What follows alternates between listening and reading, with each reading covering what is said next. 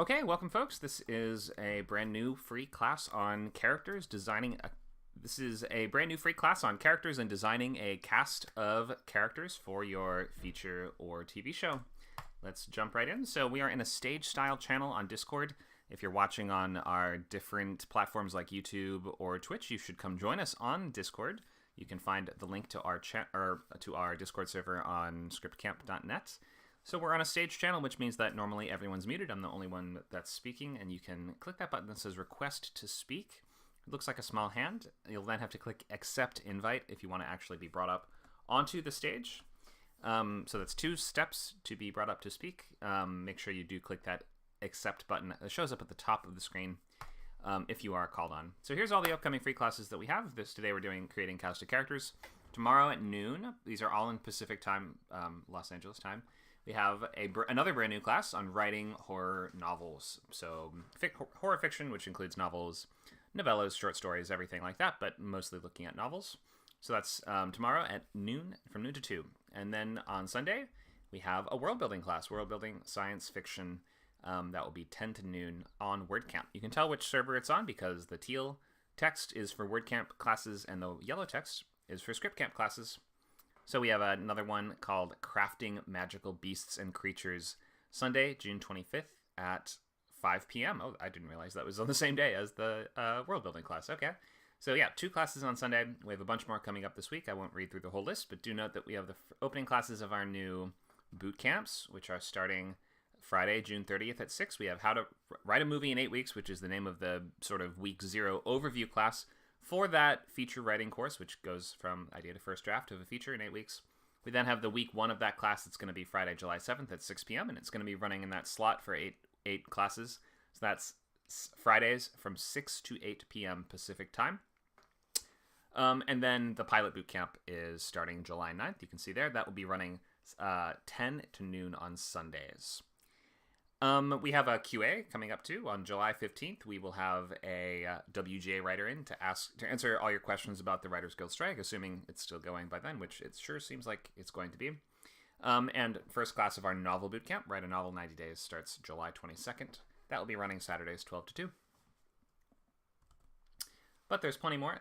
We have a question in the chat. What time zone? These are all Pacific Standard Time. Every time you see a time listed on ScriptCamp website or server, it's always Pacific time. Okay, so there's a summary of when those new ones are starting. Sundays 10 to noon, starting July 9th for pilot. Saturdays 12 to 2, starting July 22nd for novels.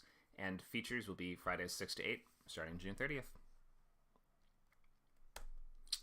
Okay, I'm going to skip the intro about me, but I'm going to go right along to characters overview. So here's what we have today. We're looking at establishing protagonist and looking at a protagonist as sort of just the sort of beating heart of your movie. We're in a very kind of protagonist-driven storytelling form. And so we have to always be thinking of who's the protagonist first, and the whole movie kind of revolves around them in a lot of ways, even if it doesn't seem like it does, and we dress it up, and we have so many different side plots going on and things like that, that it may not, at the end of the day, feel as if it revolves so intrinsically around that one person, but really it does, no matter how much you dress it up and how much other machinery that your plot has kind of going on. It is helpful to start from the basis of just one single character who's doing the most of the heavy lifting in this journey, and then we are designing the entire cast to challenge them, balance them, support them, act as foils for them, act as support for them, and we just kind of use the protagonist as the center point to almost everything. And then we're branching out from there and designing the rest of the people to sort of highlight other traits of theirs. So we can talk a little about that today. And designing the protagonist is something we've done whole classes on before, so we won't recap everything, but we should always be kind of keeping that person at the center of our web of characters in our cast. We'll also be looking at antagonist, which can in many ways be the highlight of the story. It doesn't have to be the highlight of the story, but the antagonist is just a sort of great opportunity to become the highlight of your story. And then we'll look at supporting cast. So just in a feature, our main sort of people that need to be in the story, we have protagonist, antagonist, and supporting. So that's going to mostly break down to, if we just boil that down to only 3 characters, your main character, your villain, and a central relationship with your hero. That central relationship can take many different forms. It could be a mentor, it could be a love interest, could be a best friend, if we're depending on the archetype of story that we're doing. If we're doing a buddy comedy, for instance, then it's almost certainly going to be a friend relationship. If we're doing a rom-com, it's going to be a potential romantic relationship. In an action-adventure story, often its central is going to be some kind of mentor or more experienced character like partner or compatriot of your hero. Things like this. So villain, protagonist, and central relationship are the three most important characters that you can design for a feature. And again, you can kind of put those at the center of your web and start to branch out and design everyone else in the story to support those three kind of main journeys. What else? We have mentors. So yeah, different types of central relationships, romance, mentor, things like that. We'll talk foils a little too. How do we reveal and convey character? Likability. How important is it to make a character likable, and what are sort of unconventional ways we can make characters likable, or ways that we can make unconventional characters likable, one or the other. So we'll look at some, and also just how important is it for the audience to like your character? Does that word actually even mean anything at all? In some ways, yes. In some ways, no. So we can break down those differences. And then last, we'll have some time to just weigh in with your own projects. If you're having trouble coming up with a cast for one story, or trying to figure out who would be the hero in this, or who would be the villain, or who might be the central relationship, or something like that, you may have questions that we will have time for today if you would like to just work through some of those issues from your own work. Okay, and in the chat, Nacho has also left us a full list of the upcoming classes. Thank you for sharing that, Nacho. You can mouse over the Classroom channel on the left-hand side of your Discord window and find a small white word bubble that says Open Chat. If you click that, it should open up the Classroom chat on the right-hand side of your Discord window. You can find that list of all the classes coming up. And if you're watching on something else, that's great. So we're glad to have you, but you should come by Discord so you can interact in the class. You can actually request to be unmuted and speak out loud. You can answer questions about your project. You can volunteer information more easily. It's a good time. So come join us on Discord. Okay, so let's maybe just first look at the question of just what are characters. What is a character? Well, a character is the fake, the species of fake people that live in stories, and I describe them as a separate species because they have a lot of similarities with us, but they're not exactly humans. Why aren't characters exactly humans? Well, they don't exist for more than 2 hours. Is one of the biggest things, and because in a movie, the character is there when the screen goes on, and they are gone forever until the sequel comes out, at least when the screen goes off. So that's one of the key differences, is that they just don't exist in the real world, and they don't exist in real time. We only see little flashes of them and like little flickers of moments with them. And if it's your main character, then probably chances are that the story is comprising the most important events of their life so far.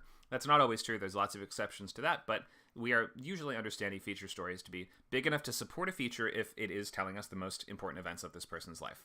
And so with all that said, we have to kind of think of not only this protagonist as like the center point of the web of your cast, and we're designing everyone in sort of opposition to them, or to challenge them, or to highlight other qualities in them, but we're really using characters as tools to explore your premise, which is so key in high concept storytelling, because if a character exists that isn't serving your premise and doesn't bring us closer to those awesome premise scenes, they aren't leading us to that the quick set pieces that fulfill on the expectations that the audience has for this genre, and for the logline, and for the title and the poster, and all these promises that you set. If you don't have characters that are not contributing to those things, then usually we can cut them out. In a big novel, we can have a lot of characters that may not directly pertain to what's going on in the A story, and it can kind of work more. You just have room for more stories in a novel as opposed to in a script, where a feature script, a movie, is a person's story. It's a person's journey. It might be there might be other characters that really tie into that too, and there are a lot of different ways of doing this. But again, in the Western world, we're very protagonist centric. We are addicted to this is one person's story. We're going to watch them change and develop, and usually in about 70% of cases change for the better in some way and become a sort of improved version of who they used to be. So a well-chosen protagonist will kind of offer a lot of different opportunities to you, because they will allow you to sort of see the highest highs and the lowest lows that your premise has to offer. If there's a reason why we have this kind of breakup beat in almost every romance story, whether it's a romantic comedy or it's a more serious romance, the characters are forced apart, or there's some big misunderstanding, or like regardless of the rationale that leads to the moment happening, there is almost always this moment where the characters will have a big separation or breakup, because that is just a well-chosen protagonist for a romantic story. The highest highs that the premise has to offer will be the characters falling in love and bouncing off each other and coming to see the best that they have, the ways that they improve each other. And they may have stuff that drives the other person crazy, but at the end of the day, they're perfect for each other. They're right for each other. That's the conceit of romance stories. And then the lowest lows of that idea are the fact that we would break up. We would lose that love. So that's how you can see, there's a reason why almost every hero gets knocked down, and at the last moment, they're at their absolute lowest, and they've expended all their resources, and they have to really dig deep to see what they're made of. Because that is just the lowest lows, that all is lost moment is just a good place for you to inflict the worst damage that your world has to offer on those people, or the premise of your story has sort of done the worst of its damage to those people. So it's really key that we choose a protagonist that will be able to experience the highest stakes possible for your genre. So they are going to be at risk of suffering the highest possible consequences for the world that we are in. And you don't have to actually ever inflict those on them, but a lot of the time we like to see the characters dig deep and like to force them to realize what they are made of and who they really are. And when they do that deep digging, they will find a way to synthesize who they always were with whatever traits they've gained or tools or allies they've gained over the course of the second act. And that's how they sort of become this final synthesized version of themselves in the third act, the final version of your character. It's kind of like first act plus second act equals the third act version of them. They've become the, quote, perfect version of themselves, whether that's good or bad. And then your character, that will sort of clarify the point of the whole journey. It's like, so a well-chosen protagonist will make it clear why we watched this story, what it was about, and however we watched that person change or didn't change kind of goes to clarify the theme of your journey. If you can easily write a story that says people can't change, no matter how much you try, you will always be dragged back down into your old habits. You can totally do that in a satisfying way in a story. You just have to make sure to choose a protagonist with an ending that feels like it does reinforce and crystallize that theme and not sort of subvert it or undercut it. Okay, so we have characters going on a journey towards a tangible goal that will most often end in success or failure. In 90% of cases, your protagonist is going to succeed or fail at their final goal. And the movie is going to hinge on his or her progress in that journey and follow all the important steps of it, and we're going to see all the most important pieces of that journey. So we have to choose the protagonist really carefully before we start kind of deciding other things like who will be the best person to oppose them or support them. We have a question in the chat. Who was the middle character I mentioned? So I'm not exactly sure what he's referring to, but maybe the three main archetypes that we're talking about are protagonist, antagonist, and central relationship. Maybe that answers your question. Okay, so we first have to sort of deduce the best protagonist, and we had a whole class on this earlier, so we won't go through the entire thing. But let's just recap some of these main questions that we should ask when you're coming up with you have a situation or you have a premise, right? And this is most often how high concept screenwriting is going to work. We have an idea that doesn't have a character yet. We have just a world and a conflict. Or maybe if you're pitching high concept spec features, especially in comedy, then it's going to be like there's a board game that you have to write a movie based off of this board game, or it's going to be a candy bar or something weird. Like that's how IP works so much nowadays. It's like we have just the basic setup. Let's say we're doing a new version of, I don't know, Clue. Okay, so there's been a murder, and now our characters are in a mansion together and need to solve the murder. But who the heck do we put in charge of this thing becomes your kind of question, because there isn't always going to be a really obvious and clear protagonist. You have to cut someone out of whole cloth. Let's ask the first question. Who would simply have the hardest journey in the situation?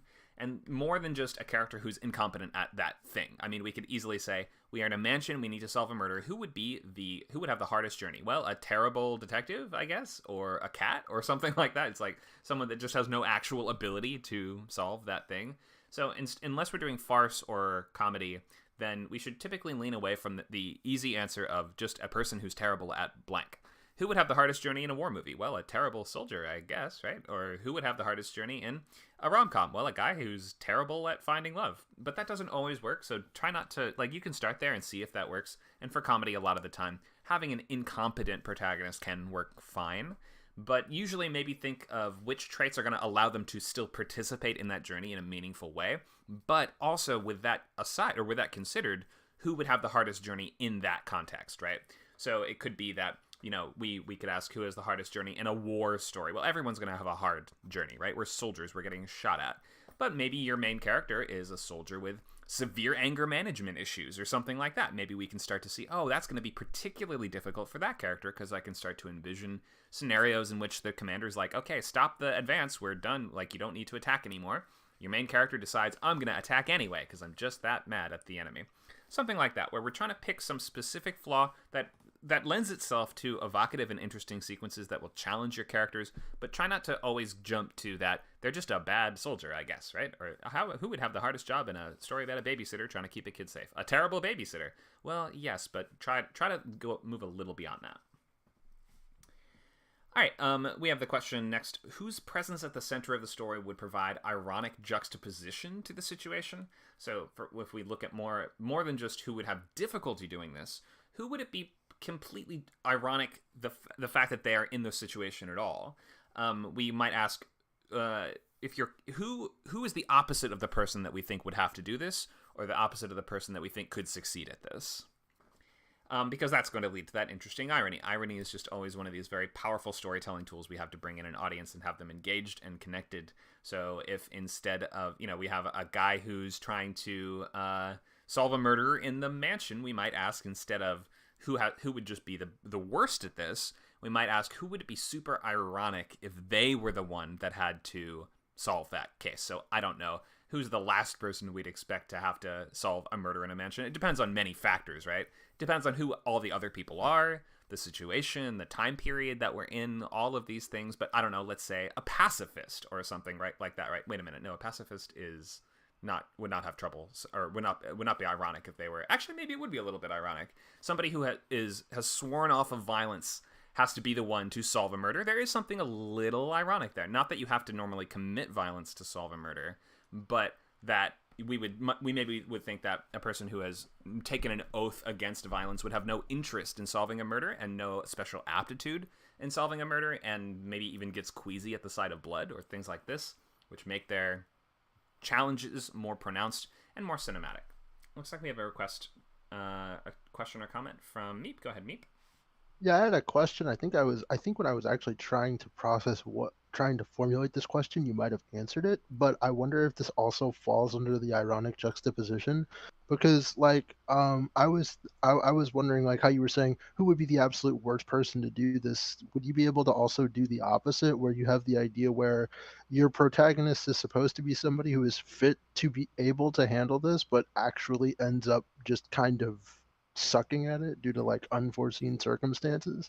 Yeah, that can happen. That does, to me, that seems like more of a comedy technique a lot of the time, where it's like, well, we got the best detective on the job for this case, but then it turns out it's Leslie Nielsen, right? And Leslie Nielsen is, he seems like the best, but he actually is a real, klutz who's always messing everything up, or something like that.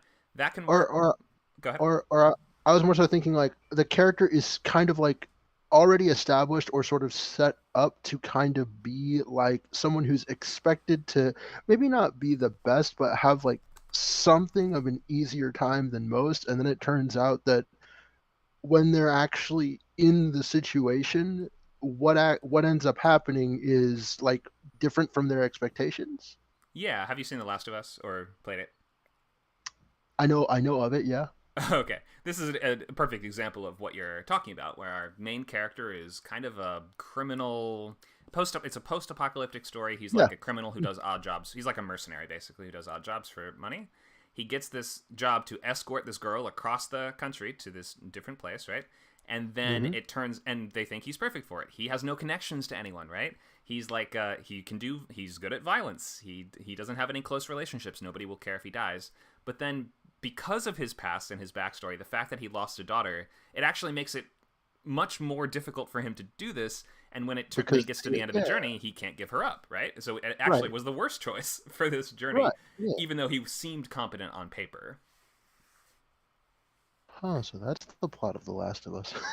There's way more. I mean, that's only kind no, like it makes more sense now that I hear it out loud, because I always knew the last part, but I never knew the first part. And I was like, oh, interesting. Oh yeah, the ending really makes it and ties it all together. I won't spoil the specifics of the ending, but that's a good example of just like, character that seems like the perfect fit for this job, but then they have something in their personal life that gets in the way, or something in their past, or something in their experience, or something in their skill sets, or something like that, which just suddenly brings new challenges that we wouldn't have expected otherwise. I think that's what you were getting at, right?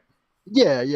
I was just wondering if that was like a way that you could go about it, or if there's like a like I guess I'll save that question for later. But like how you would build a cast around a character who's where like that is sort of their story, where they have expectations placed upon them, but the weight of those expectations and their own personal expectations of themselves like don't properly align and just kind of like leads to catastrophe. Yeah, definitely. That's a good dramatic way to play this idea of mismatching the character and the situation. If you aren't doing a goofy comedic version where it's like the they bumble their way through and succeed, then yeah, we can look at it that way too, where it seems like they would succeed at this, but then always that internal life, their past background, and anything else in that character's inner world kind of is exacerbated or is brought to light by the situation and causes problems for them. Yeah, that's a great technique. All right, thank you. Yeah, I was just like wondering if it was like how you'd work it, but yeah, thanks for at least clarifying that it is something you can kind of run with.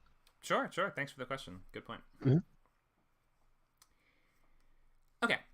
So anything else? Okay. So yeah, two more points on this page. One is, who is someone we'd want to see succeed or want to see fail at this exact challenge scenario situation, because the only really bad spot is the middle where we don't care either way. That's when you know that you've just lost the audience. If none of them care if your hero lives, if your hero dies, if they find love, or if they don't, then we're not engaged with the story. So you don't have to have a likable person or somebody that we would love to see succeed, but then we should be rooting against them if that's the case.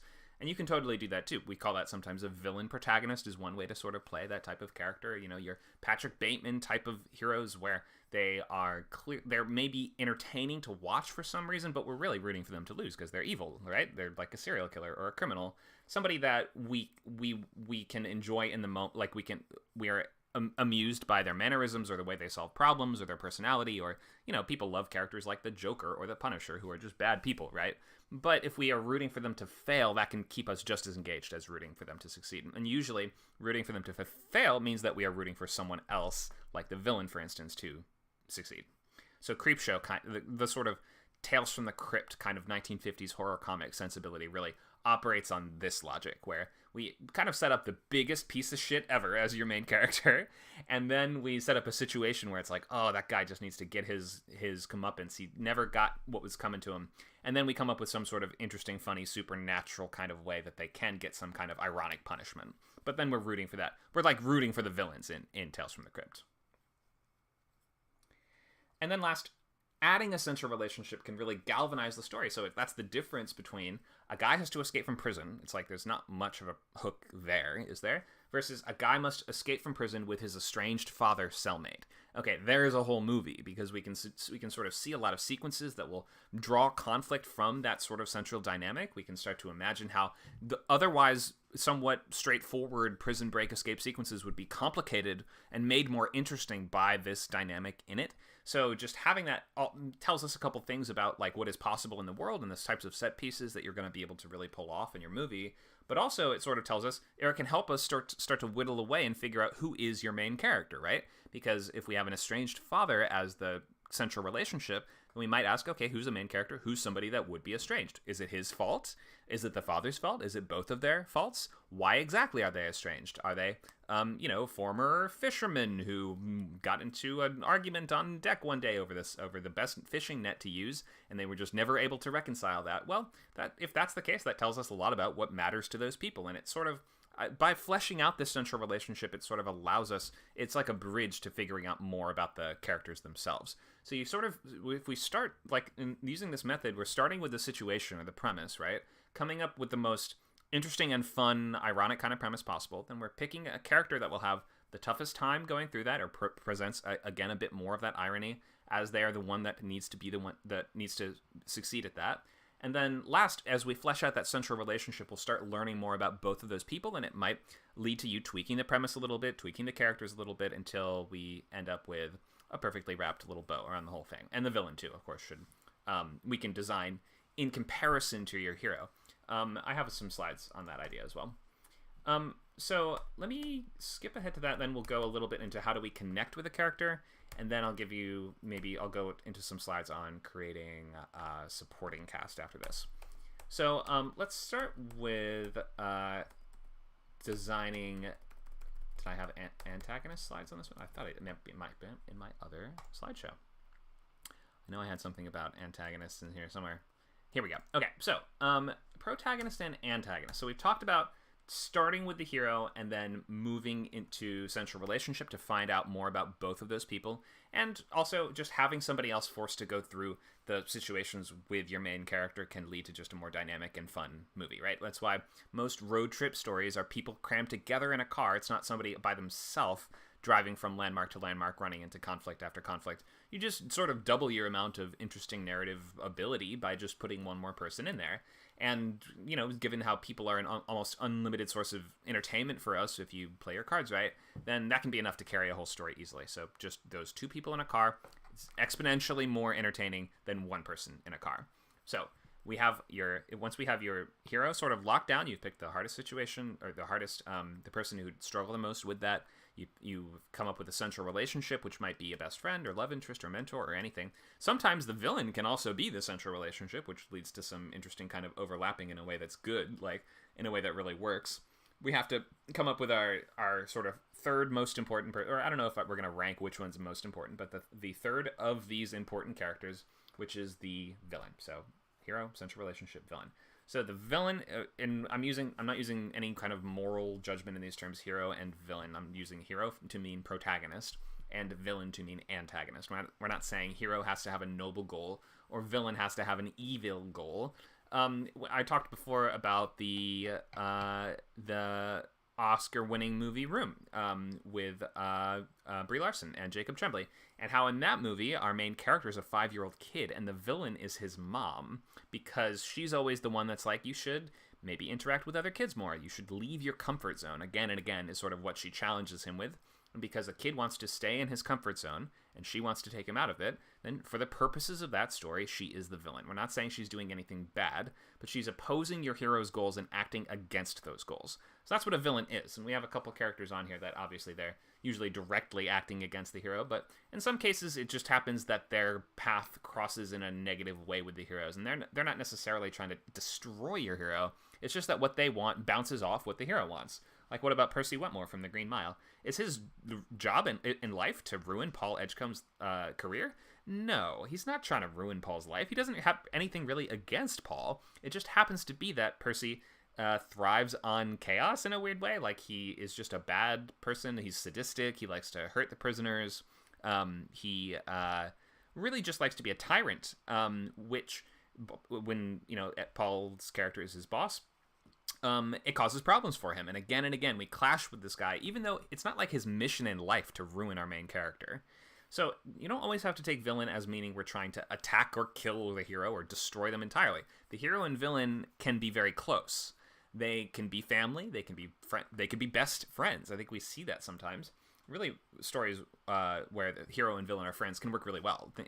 Everything from Jennifer's Body, which is a great horror comedy example of this, where our leads are best friends that start the story on the same side, and then our central relationship becomes the villain at about the break into 2 point, where Jennifer gets possessed by a demon, and now it adds this great complicating factor where, since the central relationship and the villain are the same person, it modifies and impacts how we have to handle every challenge from then out, because our hero is not always trying to kill the villain, because it's also her best friend, right? She's trying to find a way to stop the sort of demonic possession without hurting her best friend, which it's a limitation, but it adds challenges and it adds interesting, like, sort of conflict and story material for your main character to be grappling with.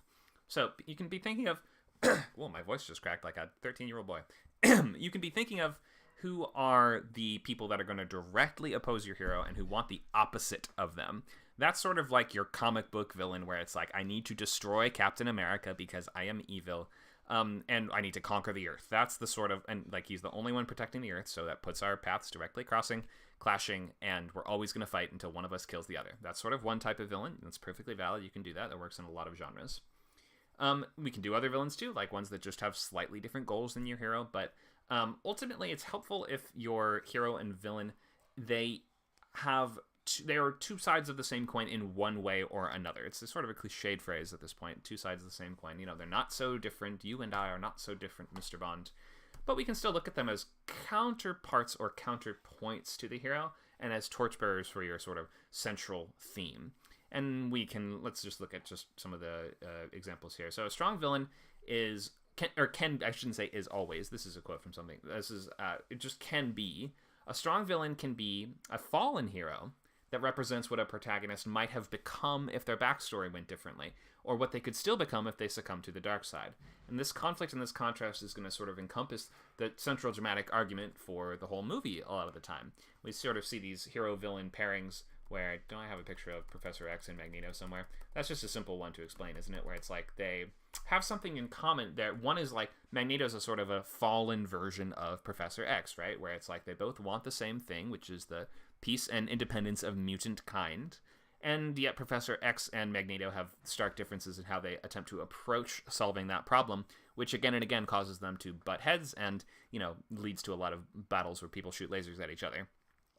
So Professor X thinks that we should approach it non-violently and use sort of political persuasion, and we have to prove our worth to the world, essentially, and show that mutants deserve rights as much as people do. Whereas Magneto, he sort of says, we don't need to prove that we deserve anything. We are an advanced species. Like, it is an objective fact that we are more advanced than humanity, and therefore we're going to take the rights that we deserve by force.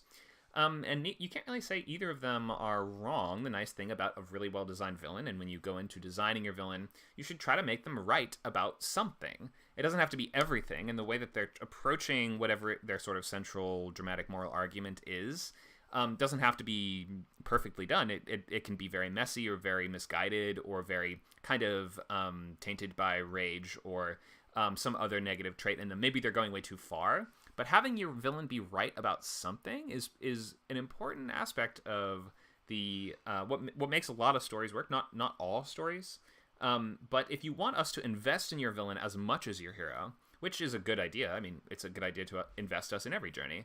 I mean, then giving them something that they're working towards that we can measure their progress towards, just like with a hero, is very important. Make sure that they are doing what they're doing for a good reason that makes sense to them and feels justified in their backstory and all of these things.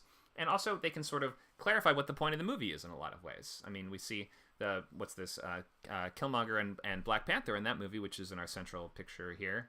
This is a good example in that, again, they both want to be in control. If I remember correctly, this was years ago, but they both want to sort of be in control of Wakanda, which is this very advanced nation.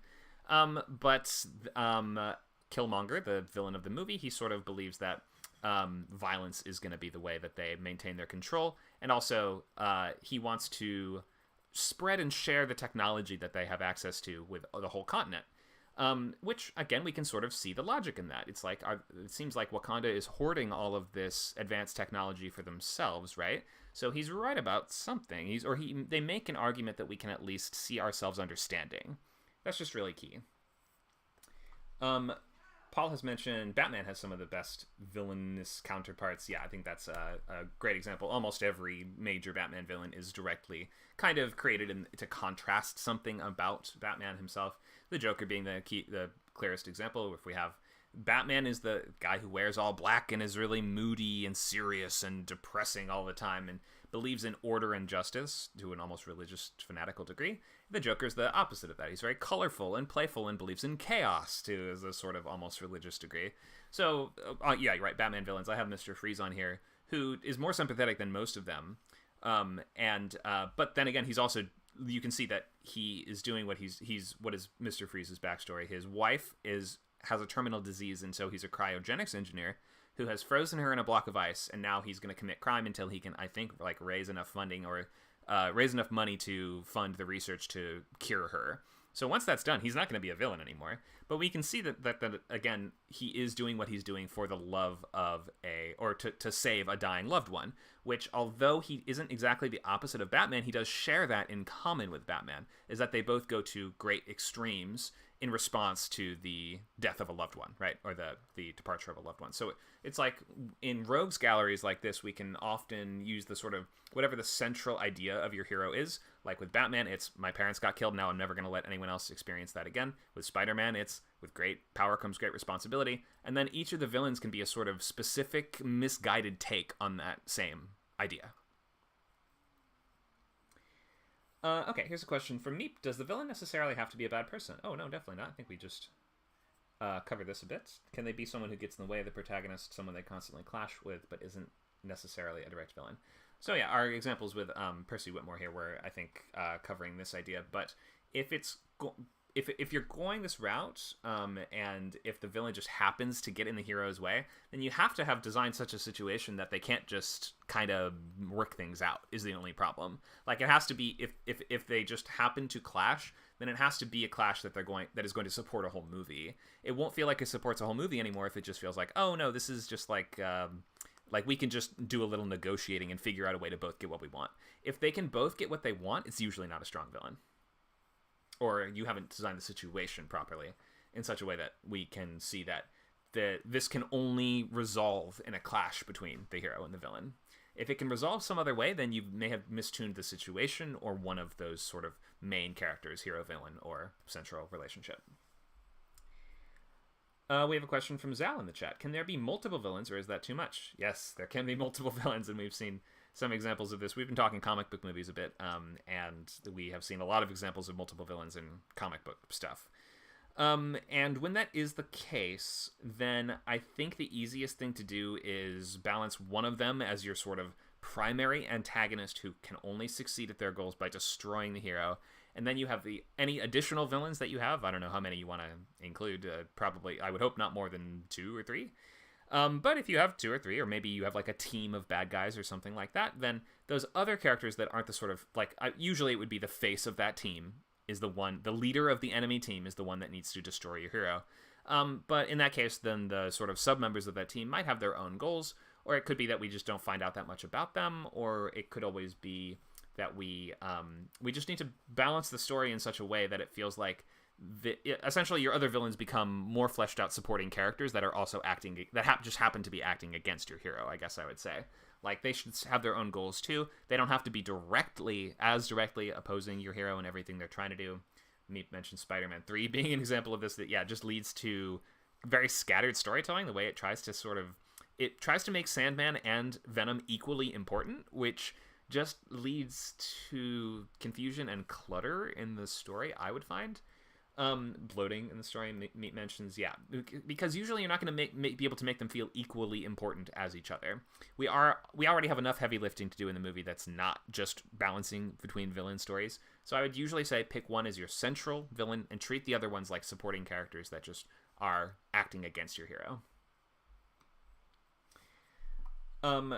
Leopoldo Ramirez says, I've heard of stories like this. 2 fighters are competing to be the best, but only one can make it. The antagonist and protagonist have the same goal, but they respect each other. No evil morals, really. Yeah. A lot of sports movies have this as a key component to them, and sometimes martial arts stories too, where it's like there's a tournament of martial artists.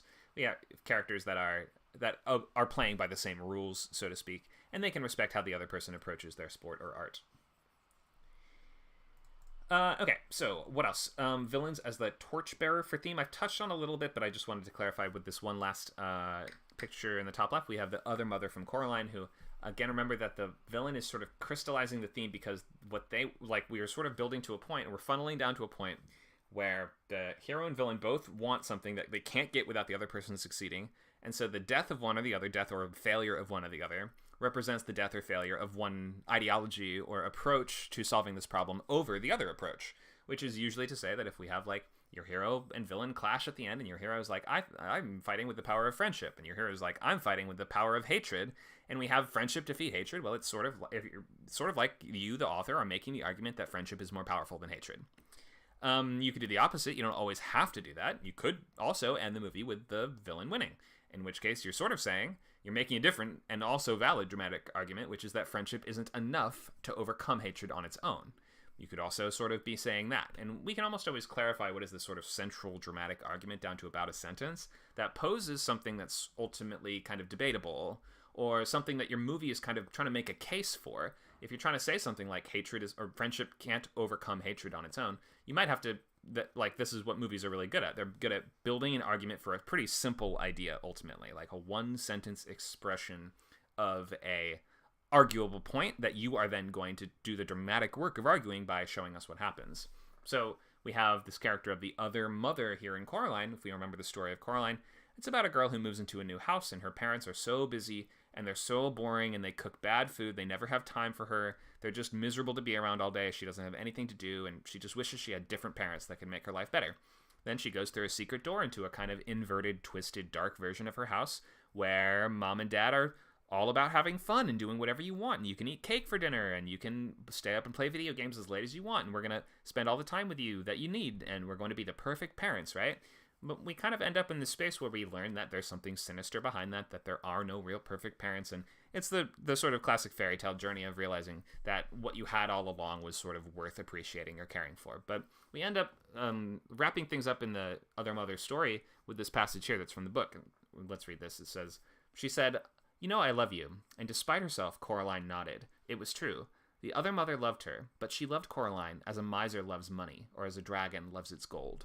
So this sort of central dramatic argument of Coraline being that, you know, your parents aren't going to be able to be all super nice and cool and fun all the time. And you don't want the opposite of that, even if you think that you do, because the opposite of that is actually unhealthy too. It's worse. You don't want parents that are way too loving, because that's going to lead to them loving you like a dragon loves its gold, right? It's going to be someone that tries to trap you and keep you and contain you. We're trying to find this balance between these two different sort of styles of parents. And by the end of the story, her parents learn their lesson, and they're like, okay, we can be a little more fun and spend a little more time with our kid, and we can be better ultimately. And that's kind of like where most of these stories are going to end up, where we start off with one extreme, your character at one end of a spectrum. We then throw them into a world where they're forced to understand the opposite of that, the upside down world of the second act, which we sometimes call it. And then by the third act, they've synthesized who they used to be with what they've learned, gained, or come to understand. So they become that, quote, perfect version of themselves.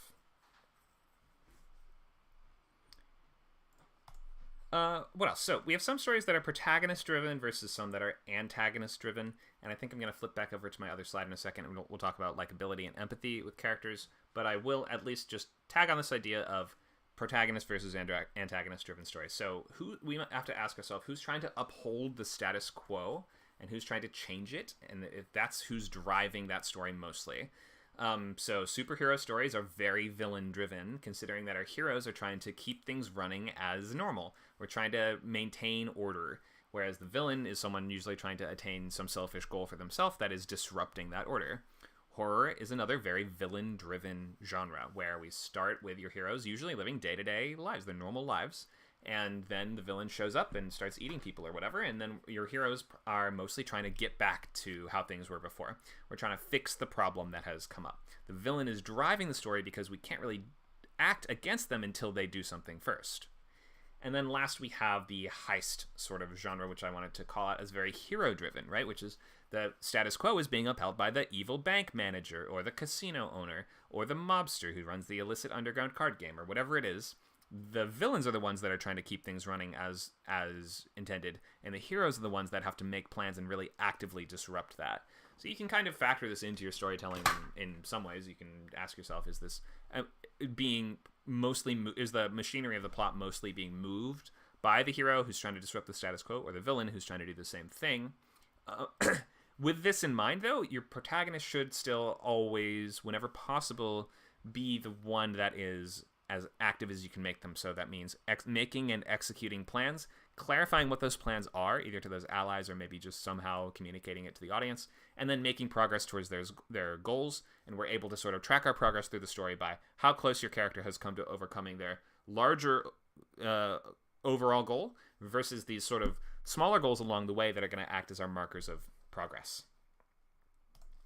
Okay, so I think let's move to the other slideshow, and we'll look a little more at likability and empathy in character design. So let's see, what is in a protagonist? Let's look at this one.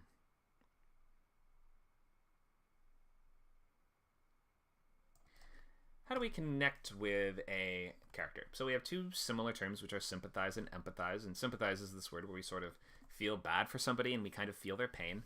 And empathy is just the way that we connect with almost anyone, whether we feel their pain or not. But we can see that sympathy is a good way to access empathy. So we feel sympathy for people in distress. We feel bad for them. We don't want them to be hurt because we just kind of don't want people to be hurt. We naturally want the heroes of a story to succeed, assuming that they are doing something that we can understand and we can also relate to wanting. And the more difficult the journey is, the more badly we will usually want to see them achieve that goal, because we're kind of creating. We're the god of this world. You can create whatever situation you want, and the more your character is scraping by the skin of their teeth, the more it just is almost like built into our nature as humans. Like we're just going to lean in and pay more attention. There's a theatrical exercise where the professor fills up a glass halfway with water and then tells the student to walk back and forth across the stage and see how engaged the audience is. No, not at all. Then we fill the glass all the way up to the very top and we ask them to do the same thing without spilling a single drop. And suddenly the audience is on the edge of their seats, right? They don't want to see you spill a single drop of water. Did that matter that you spilled a single drop? No, but that's kind of what storytelling is. It's tricking us into thinking that spilling the drop of water will matter. So the more badly we want your character to achieve their goal, the more we're just going to be engaged, because that's just something inherent in human programming. The more that someone wants something, the harder it is to achieve, and the degree by which they are barely succeeding at that thing, all of that will just make us lean in and be interested. We might think they are like me, or I feel their pain. And film just has this really good ability to make us feel what a character feels, and so in so doing, encourage us to follow their specific story. We might also just sort of find a character fascinating. They might be especially competent. Competence is a big one, something about human nature. We just really like to see people who are good at what they do, and especially if it's a realm of competence that we ourselves would never really be able to touch on. You know, something that we couldn't really be good at, but we see somebody that's a really good lawyer, or a really good doctor, or a really good soldier, something like that is just kind of inherently interesting to us. And then we have other ways they can sort of be interesting too. Their character might be especially funny. They might be very clever. They might be scary. They might command a certain social presence or control, but in some sense they are, quote, better than we are. These are all just tools and tactics you can use to get us to empathize with and invest in a character's journey, which I think is a better way of approaching it usually. We're not really liking or disliking characters. We're investing in their journeys, meaning we are interested to see what happens next with them, and we are curious, and we are leaning forward, and we are engaged, and we are not getting bored. That's when you know you are invested in a character's journey. And also maybe you can start thinking of your own suggestions or ideas of where you hope it will go next, or you start brainstorming, okay, here's how I think this will play out. Any of these things are just a good sign that you are sympathizing with or empathizing with the characters. And again, that sympathy is a good way to create that empathy. It's not to say that your main character always has to be an underdog, but you can see why they so often are, because it just inherently works. It just works for a hero of a story to have the deck stacked against them. Because when they do, that means that they're going to have an uphill climb. They have a clear set of obstacles that they're facing, which are going to increase in difficulty as the journey goes on, leading to bigger and bigger sort of set pieces or moments where they are forced to, again, dig deep, figure out who they are and what they're made of in order to succeed at this. If the character is not an underdog, then you can still make the story work, but it might be that you need to find some other challenge that's standing in their way, that's preventing them from succeeding. So if we talked about this a little earlier today, but if you have, let's say, a mystery that needs to be solved, we hire the best detective in the world to solve that mystery. Well, then you might need to find some other ways to make that character interesting, challenging. I think Sherlock Holmes is a good example of this, right? We know that Sherlock Holmes is the best detective. He solves every case. He's not an underdog, really, right? So why is Sherlock Holmes interesting? I realize now I'm an hour into class. This is the first time I actually asked a question of the students, but you can use the text chats to weigh in by clicking that small white word bubble over the classroom to open up the chat, or you can speak out loud. It looks like we have a hand raised. Someone's going to tell us, why is Sherlock Holmes interesting? Go ahead, Jack. Because of how he solves them. Mm-hmm. Okay, you want to expand on that more? Usually there'll be some sort of whole thing about how he solves them. Oh, and also, the story is never told in Holmes' point of view. You're usually on someone it's told from the perspective of someone on the outside, like Watson, or Yeah, if it's the exactly. movie, it's not told through. Don't see what he's thinking. So you're thinking, how is Holmes going to solve this? Not you're not in Holmes' head where he's thinking, aha, I've solved this. Yeah, that's a good point. So we have this is an archetype that's kind of named after this character, but the Watson character, he is the actual POV in all Sherlock Holmes stories. So it helps if you have this sort of hyper competent protagonist, and they're always gonna get the man or win the day or save the day, whatever. Then picking somebody else to sort of be the eyes through which we experience that story might be a better idea, and it sort of allows us to see that character from the outside. We have a couple other ideas in the chat of ways that he's flawed too. So he may not strictly be an underdog, but what are some of the flaws that he has? You can just keep answering if you want, Jack, because you're already on the stage. But what are some of Sherlock Holmes's flaws? I don't remember if he had this in the books, but in a lot of shows, he's usually insensitive. I guess he's coded as autistic.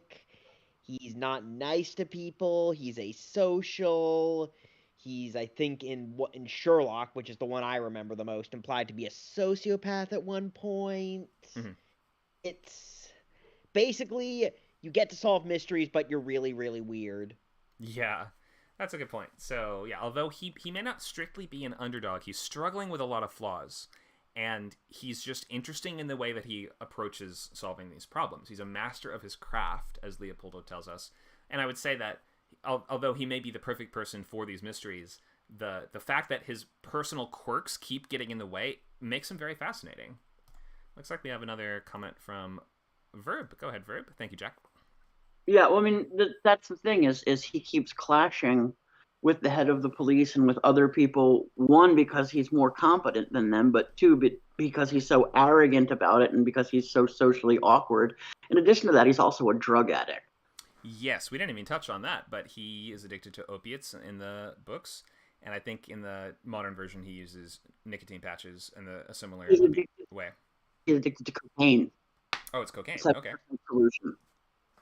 Great. So yeah, that's another sort of just flaw or challenge that the character faces, which will make what would otherwise be straightforward cases a little more dynamic, a little more complicated.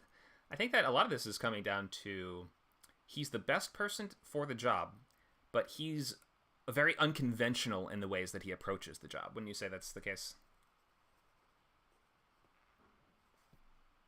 Yeah, I would definitely say that's the case. I mean, you've got a situation where you've got somebody who, has the potential to be very unpleasant, and yet he's hyper effective. And so you've got the sympathetic character who doesn't know what's going on, who you see everything through the sympathetic point of view. Because if you were to see everything through Sherlock Holmes's point of view, he'd just be internally calling everybody a fuckhead all the time. Yeah.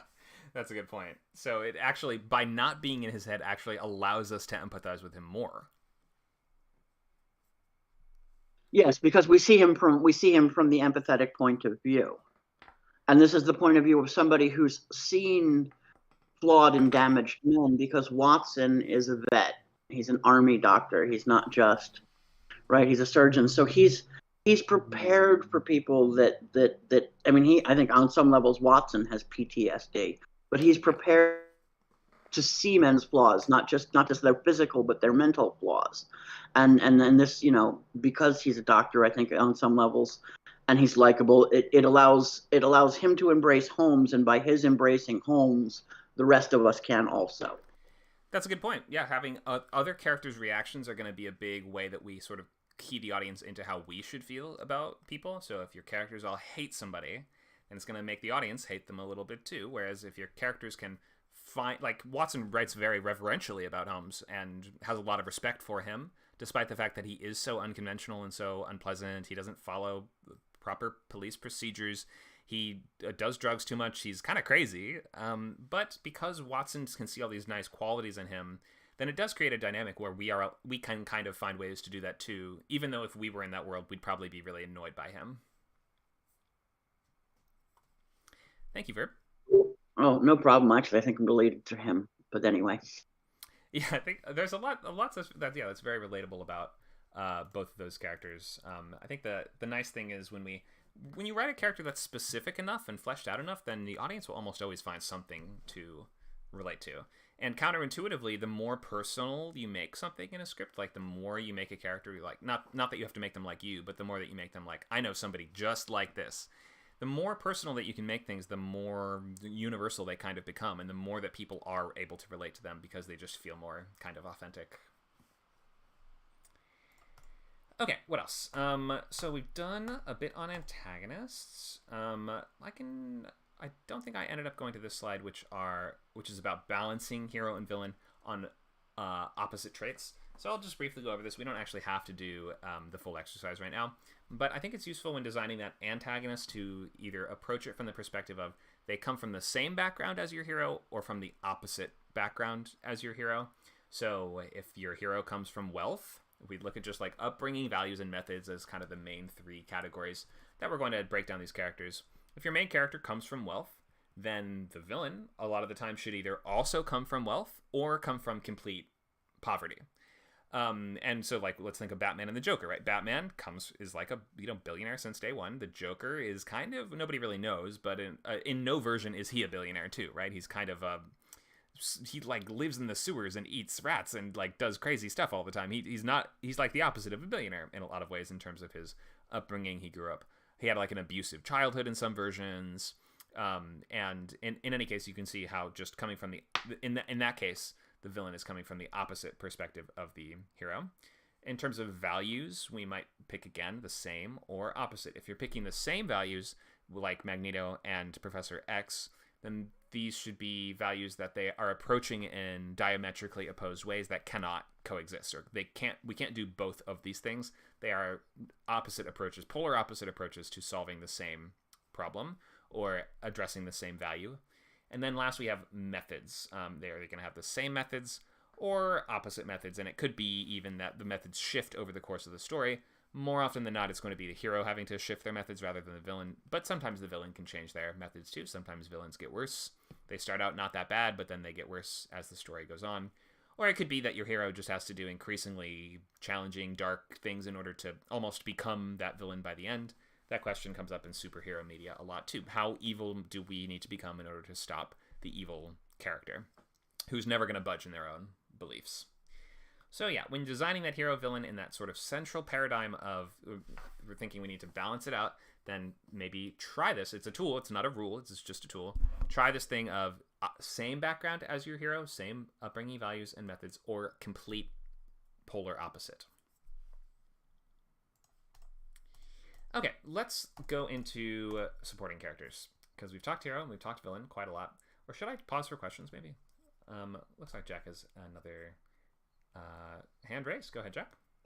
What if the similarity is in their goals, not in their values? Like, for instance, say there are two, there's a hero and a villain, and one of them wants to, I don't know, and they want the same thing, but maybe they're going about it in different ways, if that makes any sense.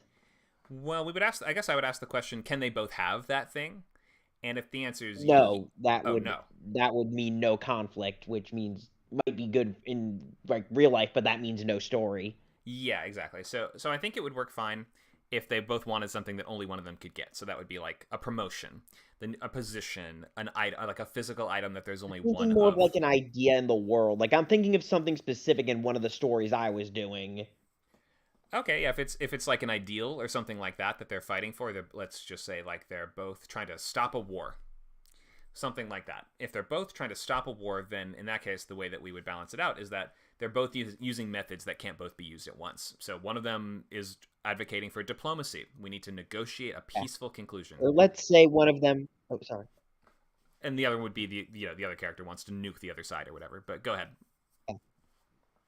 Or like, let's say, both want a life-saving drug to save a person, but there's only one. That's not the one I'm using. That's just an example. Sure, yeah. If they're both are trying to get some life-saving thing, but there's only one of them, then they would be forced to fight in order to get it because they both can't win. If they can both win, something's off with the situation or with one of your characters. Okay. Yeah. Thanks for these questions. Let me pause for other questions for a moment. Verb is saying the Ark, I believe in reference to Indiana Jones, the Raiders of the Lost Ark, in which Indy and the Nazis are both searching for the same thing, the same treasure. Treasure hunt movies are usually like this, where there's one thing, there's one stash of treasure, there's one magic coin, there's one magic cup, and we can't all have it. So by getting it, we are saying the others now will never be able to get it. Unless they can just steal it from you later, which happens all the time too. All right, let me just open the floor for questions before I move on to supporting characters more. You can either use text or you can raise a hand and ask whatever you want about the topic, about characters. Thank you for that, Nacho. That's the request to speak button. You can see a picture of it there. It looks like a small hand. You can click that to raise the hand. You'll then need to accept the invitation to speak. Leopoldo has asked the question, how much screen time should supporting characters get? There's not one right answer to this question. We would, if we're going to put a number on just like, I don't know, percent of the movie that they should be in, I think your protagonist should be in 70% of your scenes, at least. It's more like 70 to 100. But I'm just picking a number just to have one. So let's say 70% of the scenes should have your hero in them. In terms of supporting characters, I don't really know if we can put a number on it in the same way, because we need to see a lot of the hero, we need to see a lot of the villain, we need to see a lot of the central relationship. Outside of that, characters can show up just once and it's perfectly effective and it's fine. Or they can show up a bunch, or they can be in every scene. Or it could be that they we see them very briefly at the beginning, then they come back for one moment towards the end. There's almost no real answer to that. But I would say as long as your hero is in enough scenes, which is, again, towards that 70% mark, then I would look at it as having no real requirement for number of scenes that anyone else should be in. And the only time where you should then reduce the amount of scenes that your hero's in favor of a scene that a supporting character is in is if you have way more than that 70% mark for your hero in the first place. So make sure that your hero is in the majority of the movie, that we're mostly following their journey, that we are invested in their journey. And then I wouldn't worry too heavily about how much of the other people, as long as they feel like if you've given them some kind of arc, then it concludes. So maybe say like 3 solid scenes with a side character is usually enough to, so you set up a problem, you develop the problem, then you resolve the problem. So for each of your side characters, I don't know, if we're just making up a very, very broad rule, try to give them 3 major scenes. Jack has to go to sleep. It was a pleasure to take place in the class. Thank you all. Thank you, Jack. Thanks for coming by. We have a hand raise from Meep. I'll answer that I'll accept that in just a second. Right after I take this question, verb asking, what if you have dual protagonists, 2 protagonists, 2 POV? Okay. Really tricky to pull this off. What you're talking about is called a two-hander sometimes. And it means that you have 2 protagonists of directly even weight, like 50-50, exactly even. One is in 50% of the movie, one is in exactly 50% of the movie. Most of the time that people think they have one of those, they don't. They have what is actually just a very unbalanced and unfocused story. So, but that's not to say it's impossible, and it can never be done. I would say if you're doing that, then supporting characters need to fall even further to the wayside. And if you have 2 main characters that need to be supporting 50% of the movie each, and then on top of that you have a villain, and then on top of that you have central relationships, I think you need to cut back on supporting characters and have them only appear as needed to support either of those 2 main sort of spines of those the 2 journeys in your two-hander. So I think you have to cut back substantially on side characters if you're doing a two-hander. All right, go ahead, Meep. So, do we build like the characters first and then like not the narrative, but like the cast sort of like around them, or do we build the world first and then like the narrative and the characters? Because I remember you mentioned that like earlier, because it's like it can be really easy to have like characters and understand, hey, this is the dynamic that I view that these characters have, but then trying to actually turn that into a story, I think, is like where things get difficult. So it's like, how should we kind of like map everything out? Sure, good question. Everyone works differently, and everyone approaches this differently, and there's not a right way or wrong way to do it. I'll say the method that I usually teach, because this is what I do, because this is my just sort of what I advocate, is mostly going to serve the writing of high concept features. If we're writing high concept features, then we're coming up with a premise first. So premise before anything else. We have no idea who the characters are. We have no idea anything else besides a log line, basically. We start with a log line. When inciting incident occurs, an adjective protagonist must conflict before stakes. And maybe you don't even have all the pieces of that. Maybe you just have when this thing occurs, when inciting incident, somebody must conflict before stakes. But you have to have at least that. Because I feel like, go ahead. Because I feel like, I guess the way that like I sort of took my approach to things was, here is my character, here are the other important figures of their life, and this is their story, and these are the people who are like sort of in it. It's more so like revolving around kind of like the life of the character and the consequences that come with their actions, as then I guess like how do I put it? I guess maybe that's a too broad of a way to put it, but it's like it's more so about the character and what's happening with them, rather than like, I guess, I don't want to say an overarching narrative, because there is one, but it's like I'm more so built it off of like the character and everyone else who sort of like, I guess, builds them up rather than building them for.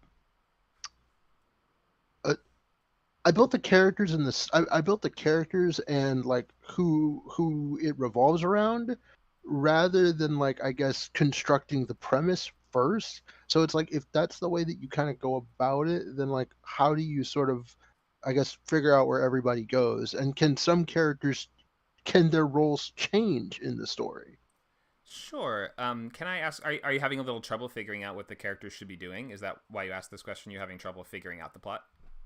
A little bit, or like I have an idea for how the plot is supposed to go, but it's just like trying to figure out what everyone's roles sort of should be in the story, I guess. Mm-hmm. I would say that it's from, and everyone does this differently. So I can only tell you what I do and how I approach this. But to me, it's easier to come up with the right characters to serve a situation rather than coming up with a bunch of interesting people than saying, okay, now what the hell do they do? So because you can come up with I feel you can come up with interesting people all day long. It's not, well, maybe it's, I never just come up with characters on their own.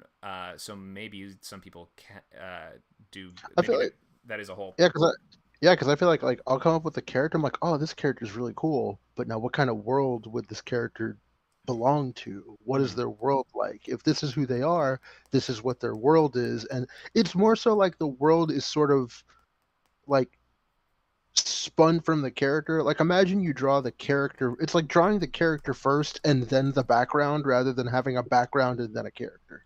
Right. 1 second. Sorry. Mm-hmm. Okay. So I don't recommend approaching it that way. If that's working for you and if you're doing great with that and you're getting through the movies, and then it might work. It might work totally fine for you. Usually, I will say that's more of a novelist or playwright way to approach the story situation, but not always. Maybe some screenwriters do come up with the characters first. But to me, I guess I would that's mostly it's gonna mostly serve, I guess in drama, for instance. Drama might work really well if you are coming up with character first, and if that character sort of is the situation. Like, let's say we're writing a story about a mean alcoholic dad, and now he's dying and his family is trying to reconnect with him in his last days, right? Okay, something like that. So in that case, the person is the situation. And drama kind of allows you to do that, and drama allows you to have like the hero also be the like drama. Sometimes I'm in my classes and everything, I'm mostly writing about the kind of stuff that I do, which is genre movies. So, but drama allows you to kind of bend a lot of this. Maybe we could say your protagonist is also kind of the antagonist, or his negative traits are kind of the antagonistic force, or something like that, right? So if you're going to be writing movies like that, I would recommend you probably be writing very character-driven, character-focused dramas, because that allows you to start to use that foundation of who are these people to think of, okay, what interesting conflict could they create with each other. But I think it's much harder to fill out other genres, things like, I don't know, let's say it's a sci-fi movie, right? well, now I have a really interesting guy who's a train conductor, and he has he has all these cool hobbies, he has all these fascinating flaws and limitations, but it's a sci-fi movie. What is he doing? God, now I need to come up with a technological premise that somehow factors in a train conductor. So like put the train in space and just Yeah. have him be like traveling through the galaxy, and suddenly there's just an issue that involves his train busting down with a bunch of other people on board, and now he has to figure out how to solve it and get his passengers to where they need to go. Yeah, okay, you found the cheat code, which is just put the word space in front of whatever the character is, and then it becomes a perfect sci-fi premise, right? That's funny. But so yeah, I guess to sort of sum up here in this just broad question of Yeah. how do you come up with characters first? I don't, and I don't recommend it. But if you do, and if that is really working for you, then I think that your story needs to spring from those characters, and that you're not going to find some like fascinating sci-fi premise that just happens to work with whatever you've come up with. Usually, unless unless you just fall in love with the space train thing, or something like that. So if you're coming up with characters first, think of what are fascinating conflicts that these characters could create, and how can I start to add these links between them in such a way that it starts to feel like a cast and not just like I'm coming up with a bunch of random people and throwing them in a room. You can use exercises for this, or improv games or things like that, or whatever you want. Just if you just think of how is the story different if I take these two very interesting flawed people and say, okay, they're cousins. Or you could take it and say, okay, they're exes, or something like that, right? Like once you start making those links between them, it might start to kind of clarify a story for you. But ultimately, you do also believe that it is better to start with the premise first and then have the characters sort of fall into place there.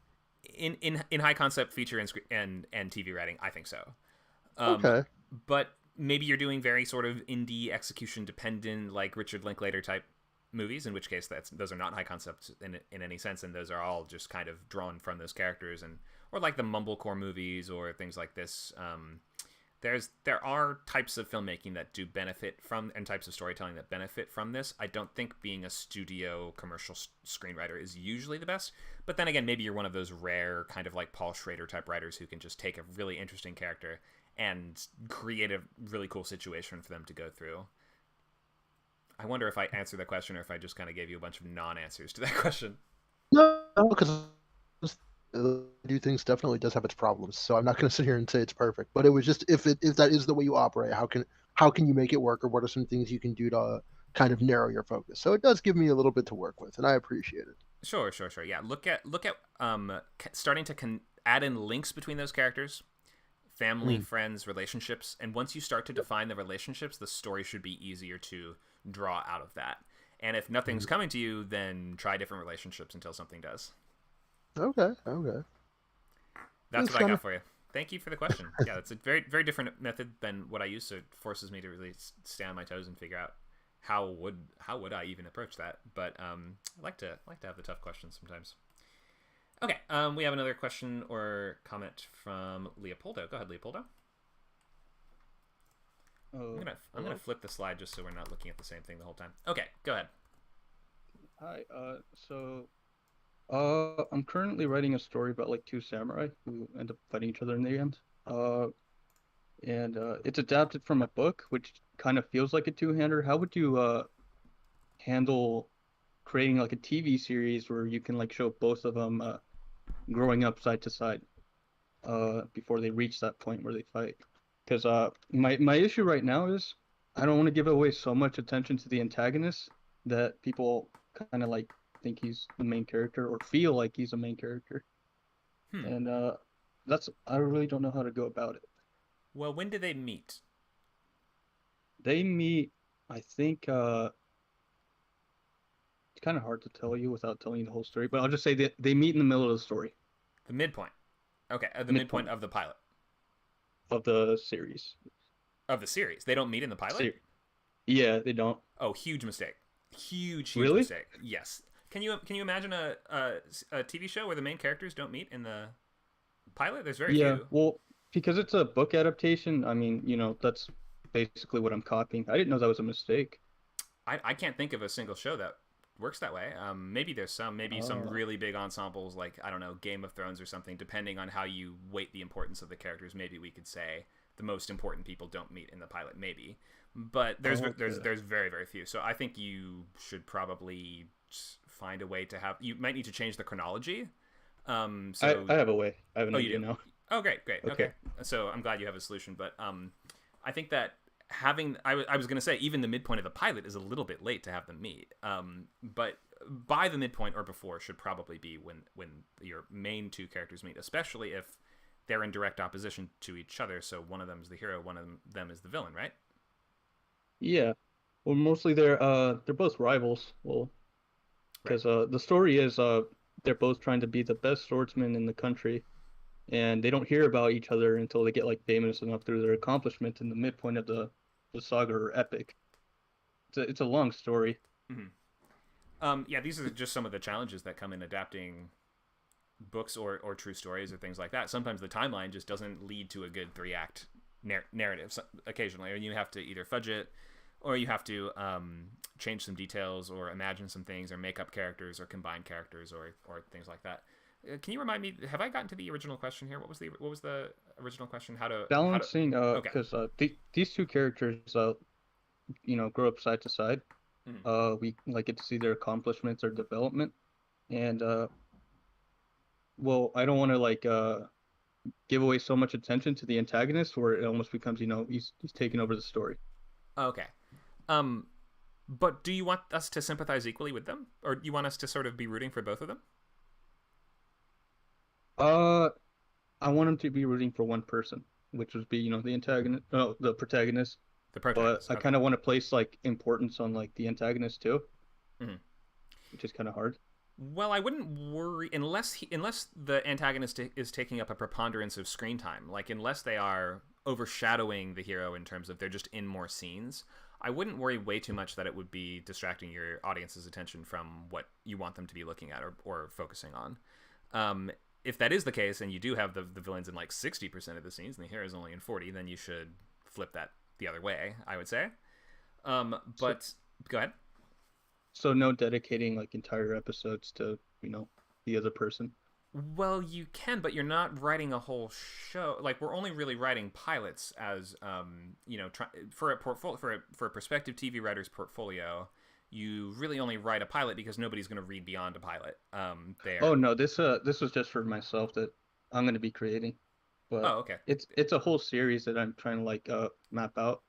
Oh, okay. So I just wouldn't know if it would be like a series, not really the pilot. Like if it'd be a bad idea to have a meet at the midpoint. I think it's a bad idea to have them meet at the midpoint of the entire show. Yeah. It's not against any kind of rules to have whole episodes dedicated to specific characters later down the line. But for the pilot, we like the pilot to be a sample, a representative sample of what the show will be like. And if your Okay. central relationship doesn't engage in the pilot, then the pilot is no longer a representative sample of what the show is building to, or what it is ultimately, the experience that it's trying to create, or the experience that we're going to have week to week. So I would maybe move some events around. Maybe we can start a little later down the line. Maybe even this is the sort of thing where it might be like the opening scene is their big fight against each other, right? And then we flash back, and we see lots of examples of this in historicals all the time, where we start at a moment of high drama, then we sort of jump around to some different point in time. So maybe something like that would work for you. But I think you should try to give us a taste of what that dynamic is going to be like between your most interesting and important people in that very first episode, because you want us to come back and see more and say, oh, I gotta see how this plays out. I want to see them in more scenes together. That's the feeling that you want your audience to have. Okay, you just gave me some cool ideas. Great. Thanks. How brief can the first interaction be? Could it just be them walking by each other, looking at each other, or do they actually, have to like do some sort of action, like talking or fighting? Well, I'm. Because I mean, there's lots of ways it can work. There's no actual rule on saying how long any specific interaction has to be. But I think that you should have, if it's the pilot of a show, and you have a rivalry between these two guys is the foundation of your show, then we want to see them in a bunch of scenes together. We want to see them engaging in conflict with each other. We want to see their goals clashing and butting heads. They can't both accomplish what they want. And of course, it's also important. I think you're saying we're building up. We're like showing the story of how we got yeah, here, and like we're because building in the up to. story, Go they ahead. don't know about each other until they're so famous across the country that they kind of hear, oh, this is supposed to be the best swordsman in the country. no, this guy is. It's both of them. Oh, okay. Well, you might just have to find other ways that they can interact that aren't just face-to-face fighting. I mean, are they writing letters to each other? Do they have I guess the opening scene that I had in mind is they start in a war that like two shoguns are having or whatever, and I guess they could be in the same battlefield in the Sure. scene, but they don't really know about each other yet. But I could show a display of their skills Yeah, just to showcase that they're really good. that could work. Yeah, or maybe like the first half of the pilot, it just ends up being like your main character sees a newspaper clipping of some exploit that the other swordsman did, and he's like, I can do better than that. And then we cut to the other swordsman sees a newspaper clipping of the thing that the first guy did to one up him, and he's like, I can do better than that. And like that's not a direct interaction, right? But it still sort of gives us a sense of what is the dynamic between these two guys and how is that going to support the rest of the series. Oh, okay, I get it.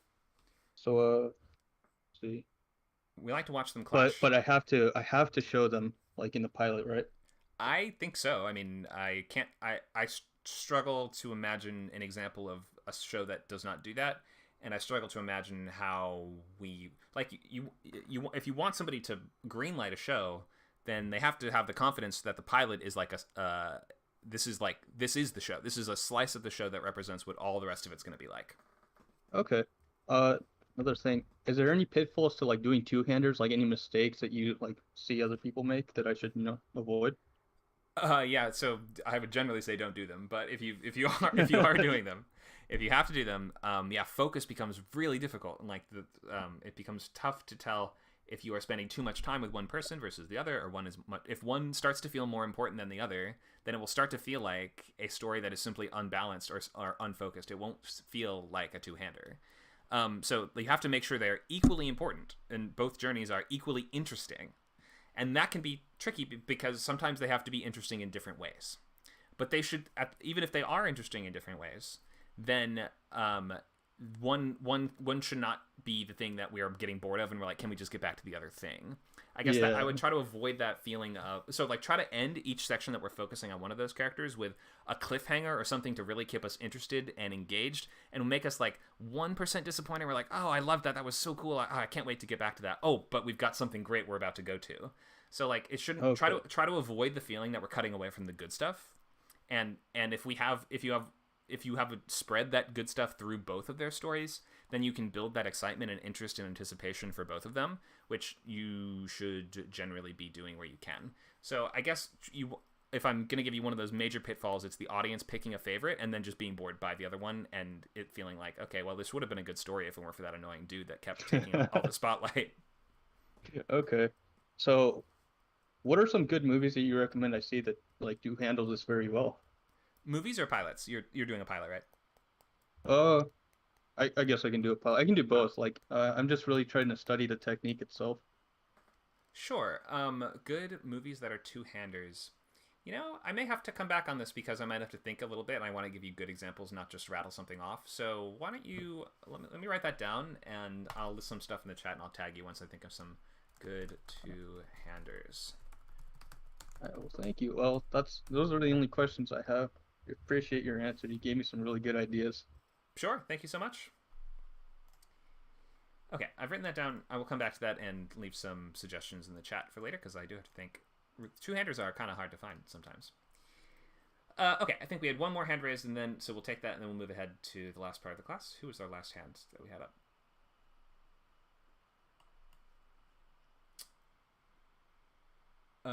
Verb. Did Verb still want to raise a hand?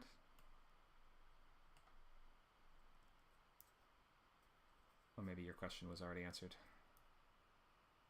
I already answered. Okay, sounds good. Paul says, does Toy Story count? I feel like Toy Story is a villain protagonist, actually, where Woody's essentially he's like an anti-hero, right? And Buzz is kind of like the antagonist, but who would he's the one that would have in a villain protagonist story, the antagonist can kind of be a good guy, right? And so Buzz to me feels like Woody's trying to maintain the status, or he's trying to return to the status quo before Buzz came along. He has a lot of traits that a hero would have, but ultimately he's pretty villainous. So to me, I don't think probably Toy Story, but I'd have to see it again. Okay, let me return to that two-hander question later. All right. So let me see. What else do we have? Let me go a little into supporting characters for like 5-10 minutes. Then we'll move to volunteer. You can ask your questions, or if you have a project you're working on that you'd like some ideas on how to balance characters or come up with a cast, then this is a good day to ask those questions and get that assistance if you want it. Let me do supporting characters first, and then for our last 20 minutes, we will do open sharing, questions and working on your projects. All right, let's go into supporting. So we talked hero, we talked protagonist, the most interesting character that you have that has some added difficulty to their journey because you've designed them to have the most ironic or the most uphill battle, the most uphill climb. We have your villain, who might be designed in opposition to your hero, maybe from the same background or from the opposite background. Maybe they want the same thing, maybe they want opposite things, but regardless of that, only one of them can succeed. And then last, we have your supporting characters, which is everybody else. The first one that we need to sort of flesh out being your central relationship, which might be between your hero and a love interest, mentor, something like that. A foil, a rival, something like that could be interesting. Reflection characters or mirrors are kind of nice, where if you have, one character that is a arms dealer. This is like Iron Man, right? What's his name? Tony Stark is a weapons dealer that starts the movie very greedy and very selfish. And his partner, Obadiah, is another weapons dealer who's also very greedy and selfish. But Tony Stark has this kind of awakening. He almost dies. He has a near-death experience. He builds the suit in this middle of the desert from a box of scraps. And then he becomes this hero that sort of sees the error in his ways. And because his old partner doesn't change his ways, he still is the greedy industrialist weapons dealer. Then he kind of becomes a reflection of our hero, right? They come from the same background. They used to be friends. And now he's kind of mirrored our hero to show, well, how would the world be worse off if Tony Stark went bad? Or if Tony Stark was wrong, or he was doing this for the wrong reasons? We are reflecting the hero's traits, and we're saying, hey, isn't this who you used to be? Don't you still stand by that? And we're sort of forcing your hero to reject who he used to be in this case. And we're sort of showing his evolution by he becomes the opposite of who he used to be. Maybe not the opposite. The Stark opposite. Did I say Stark opposite? Oh my god. So good. The Stark opposite of that character would be, well, he gives all his money away and he becomes a destitute philanthropist, but I don't think you can really be a destitute philanthropist. That's kind of just a homeless guy who does good deeds. So in this case, he doesn't become the polar opposite of whom he used to be, but he rejects his old tendencies and he rejects his old selfishness and greed. And in defeating Obadiah, he sort of shows the death or defeat of that ideology or that way of approaching the world. Okay, here's a question from Jay. How do I make a few small characters in a scene interact with each other without sounding the same? For example, a few people having a banter and they die within a few scenes, without them arguing or having conflict, just banter. Whenever I try to do this, they all start to sound the same and don't say much about the characters. Okay, so how can you make your supporting characters stand out and feel unique, I think is what Jay is essentially asking here. So, ways you can do this. You can give them very different speaking styles or mannerisms. I mean, just think again in terms of opposites and contrast, right? So if you have one character that is really chatty and really, really quick-witted and fast and always wants to get a word out, you could have one character that's very stoic and silent and only says one word here. Oh, this is like your Jay and Silent Bob, right? You have your stoic, silent character, then you have the character that's always talking a mile a minute. That would be one just nice way to show contrast between those people. You can show contrast in other ways too. Think of things like dialect, upbringing, regionalisms, things like that. You can give your characters a limp and an eye patch, so to speak, which is not always a limp and an eye patch like a pirate would have, but it's some affectation they have or some way, some little tag in their dialogue. Like imagine you have one character that ends every sentence with a ... That just sort of says they're always kind of trailing off and they're always kind of unsure and they're just suggesting, I don't know, what do you want to do? ... Whereas we have one character that always ends with an exclamation point or a period. And they don't literally have to do that on the page, but you get what I mean. We're just trying to pick like different ways that you can show the contrast between those characters and have their conversations sound like two different people talking rather than the same person talking. You might also consider just there's rarely just banter. Sometimes a character, like even if characters are talking about basically nothing, they still have a tactic. They still have a goal, even if that goal is convince my friend that a hot dog is a sandwich, right? Your friend is trying to say, no, a hot dog's not a sandwich. And you're saying, no, a hot dog is a sandwich. well, then at least there is an end point to that conversation, and there is something they can build to. There's a conclusion. There's progress that can be made in that conversation. I'm not saying you always have to have that. Maybe occasionally your characters really can just shoot the breeze and have literally nothing to kind of build to or get to, but that just might help. It might just give a little more shape to that conversation and allow it to feel like it has a little bit more of a point. And yeah, if you build out those characters a little more, I think you will find that the dialogue will come from that. Or, I mean, you can always just try writing a funny conversation using very different voices, and then ask, who do those characters kind of sound like they could be? One of them ended up started sounding kind of rude and short and to the point. Well, maybe I can make that a New Yorker, and that kind of fits in the New Yorker kind of, right to the point, kind of rude stereotype, right? The other character was kind of slow and lazy. Maybe I can make that character, I don't know, he's from the deep south. He's a deep Alabama construction worker. I don't know. I'm just making something up. But the point is, I guess I would look for those ways that they can clash, ways that those characters can contrast each other, and ways that we can highlight what the difference is between those two people. And that will usually do a lot towards distinguishing those voices if you're struggling to do that. Also ask yourself questions like education. Education level, especially in period pieces, becomes one of your strongest characterization tools because it allows your characters to access different sort of realms of vocabulary and also tells us what is in their frame of reference. If you have one character that's always using biblical references and is always speaking in metaphors and allusions, then that might contrast a lot with a character that only sees what's right in front of them. Think of like Marty and Rust from True Detective. That's another great example. You have one character whose head is in the clouds and one character who's firmly down to earth. And that just becomes a nice way to distinguish them as they're talking in a scene.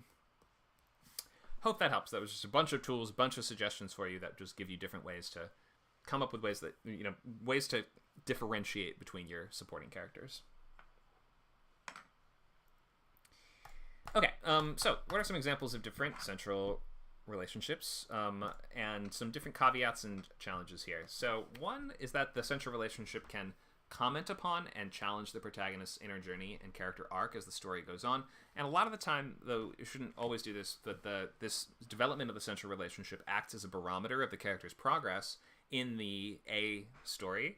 So in the A story, let's say your character is trying to defeat a dragon, but really what they need to learn is self-control. And then in the meantime, they're going on a bunch of dates with this a princess. And as they go on dates with the princess, it turns out we start to see, oh gosh, this guy really needs to work on his self-control. He thought he'd only have one shot of dragon beer. He had 9 shots of dragon beer, and it ruined the date. And that's forcing your character to realize, oh, wait a minute, maybe I need to work on this area of my life to succeed at the other one. And then when he fixes the one problem and manages to make the relationship work, he will have also conquered that same problem that is preventing him from succeeding in the A story.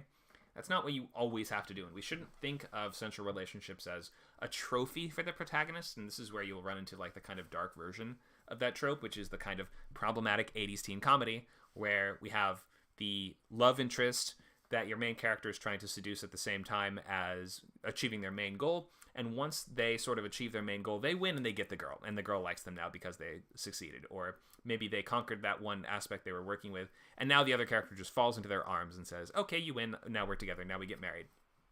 Or maybe we just survived the situation together, and as a result of that, now we kiss and now we're together after this. A lot of 80s and 90s movies had this sort of ending.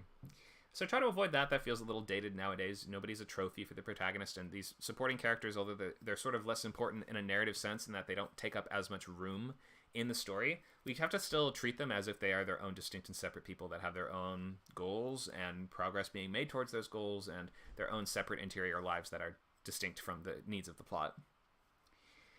We experience stories from the protagonist's perspective, so ultimately the central relationship can kind of inspire the same feelings of we are enjoying watching this for the same reason that we enjoy watching your hero on their own. We can grow to love the second character perhaps because of what they draw out of your hero or the traits in your hero that they come to highlight or contrast. I mean, Cole and Rust are that great, or Marty and Rust are that great combo of characters from True Detective in terms of central relationship where the fact is when they're together, they're like on their own, they're entertaining, but together they're perfect because we have one character that's, again, head in the clouds, one character that is firmly on the ground, and then when they're in the same room, they're always challenging each other and forcing each other to justify their worldview and the way that they approach solving problems and all of these things. And the more that they are forced to do that, the more we like them because they dig deep and they're forced to, again, show what they are made of, prove and justify their points and make a case for their version being right. And they're always trying to sort of prove that they are the better detective than the other one, prove that they have the superior method, that they're going to solve the case. It just is great to watch them on screen together. So we should be trying to pick a central relationship with a character that makes your protagonist more interesting when they are around. What does your protagonist need as a counterpart to complete them and round them out as a person might just be this other kind of question. If your character struggles with doubt all the time, we might want to put them with somebody that has either struggled with doubt themselves or is as steady as a rock. Think of your Frodo and Samwise relationship, right? Frodo's main challenge throughout is that he's tempted by the shadow to some extent, and also he is sort of challenged in terms of his faith and dedication to this cause. Is it worth it? Am I strong enough? Can I possibly keep going? And so we've paired him with Sam, who is this sort of bastion who has almost supernatural levels of loyalty and devotion and commitment, and they're just better together because Sam can always be the one that urges Frodo forward when he starts to falter, and that's what just makes them really great, is that Sam is just he completes Frodo. Did my classroom just end? What happened here?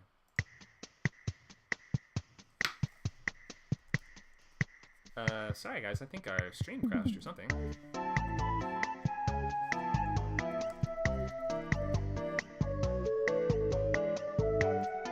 Sorry, stream viewers. I think our room crashed.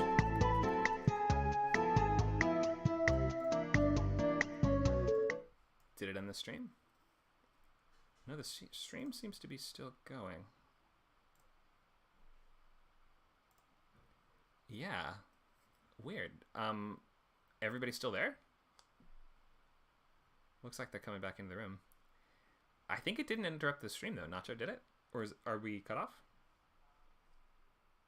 We're still live. Okay. Sorry, guys. Don't know what happened there. Leopoldo says, did anyone else hear music? Yeah, the music is in the waiting room in a stage channel as you're waiting for the event to start. That threw me way off there. I have no idea what I was in the middle of talking about. But hopefully that won't happen again. Do we have to click start the stage or create event, or what are we looking at here?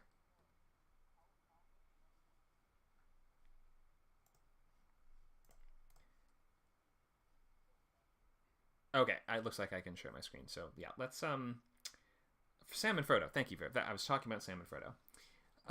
And Gollum being another really, really key, very, very interesting part of that trio. Let me, maybe we'll move to the next slide, opposite disposition in characters. Yeah. So we like to have characters that are better together. One of them brings something interesting out of the other one, or the conflict between them is just one of our main reasons for kind of watching. Let's maybe move to, I think I have a couple slides left. I could do a little bit about mentors and stuff. I think I'll probably just leave these slides up as we are doing the interactive portion of the class, just so you guys can read and look at this, and I don't have to talk through the whole thing, and we'll have something a little better to look at. So again, click next to my name where it says the word live if you'd like to watch along with our slideshow, or if you're watching on our other streaming services like Twitter, Twitch, Discord, or Twitter, Twitch, or Facebook, then I think we're back up and running. So let's go right ahead to the interactive part, which is going to be... So if you'd like help workshopping your cast of characters, you can post your project in the chat. You can tell us about your title, format, genre, logline, maybe about any characters that you have that you're struggling with. I feel like this would probably be easiest to share just verbally, so you don't have to type all this out. So you're free to raise a hand and just ask questions about characters, or share something from your own work that you're struggling with or trying to develop in the realm of characters. Or you can use the text and I'll call on you when you've posted. Looks like we'll start with Meep.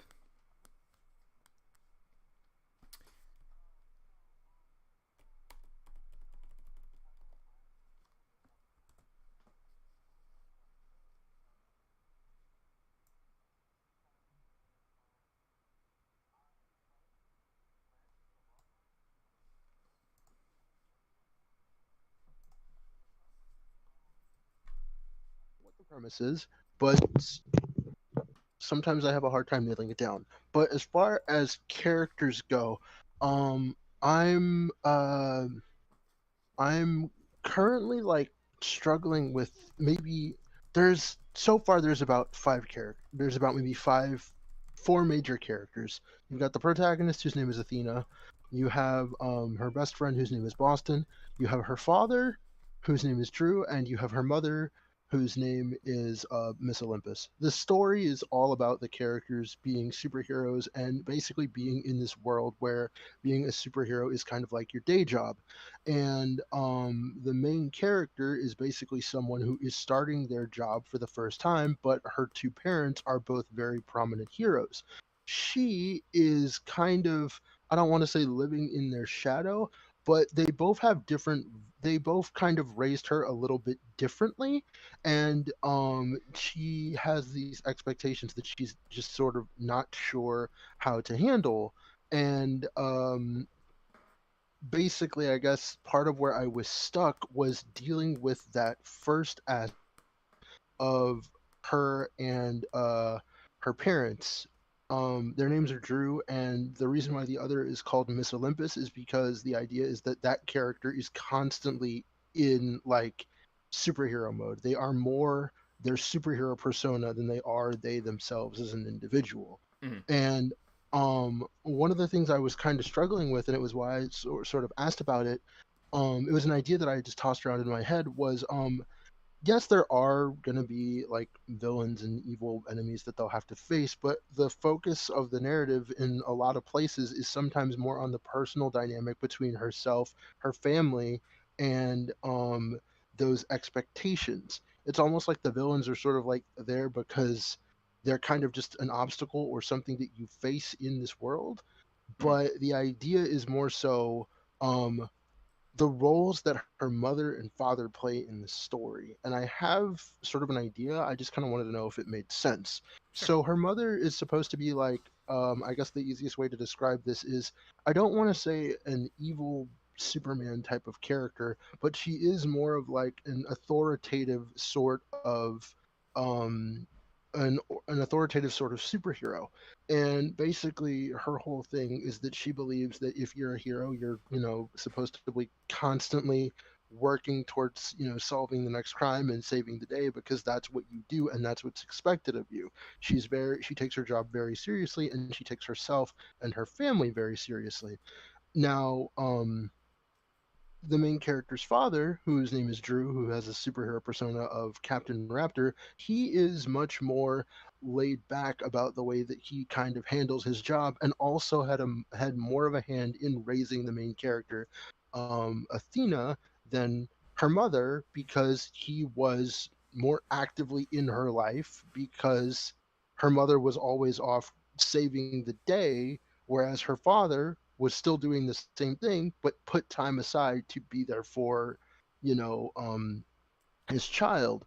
And I'm just trying to sort of figure out how I can kind of keep their roles sort of consistent in the story. Another key aspect is their relationship.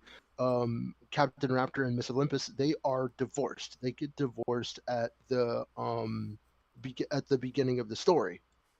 And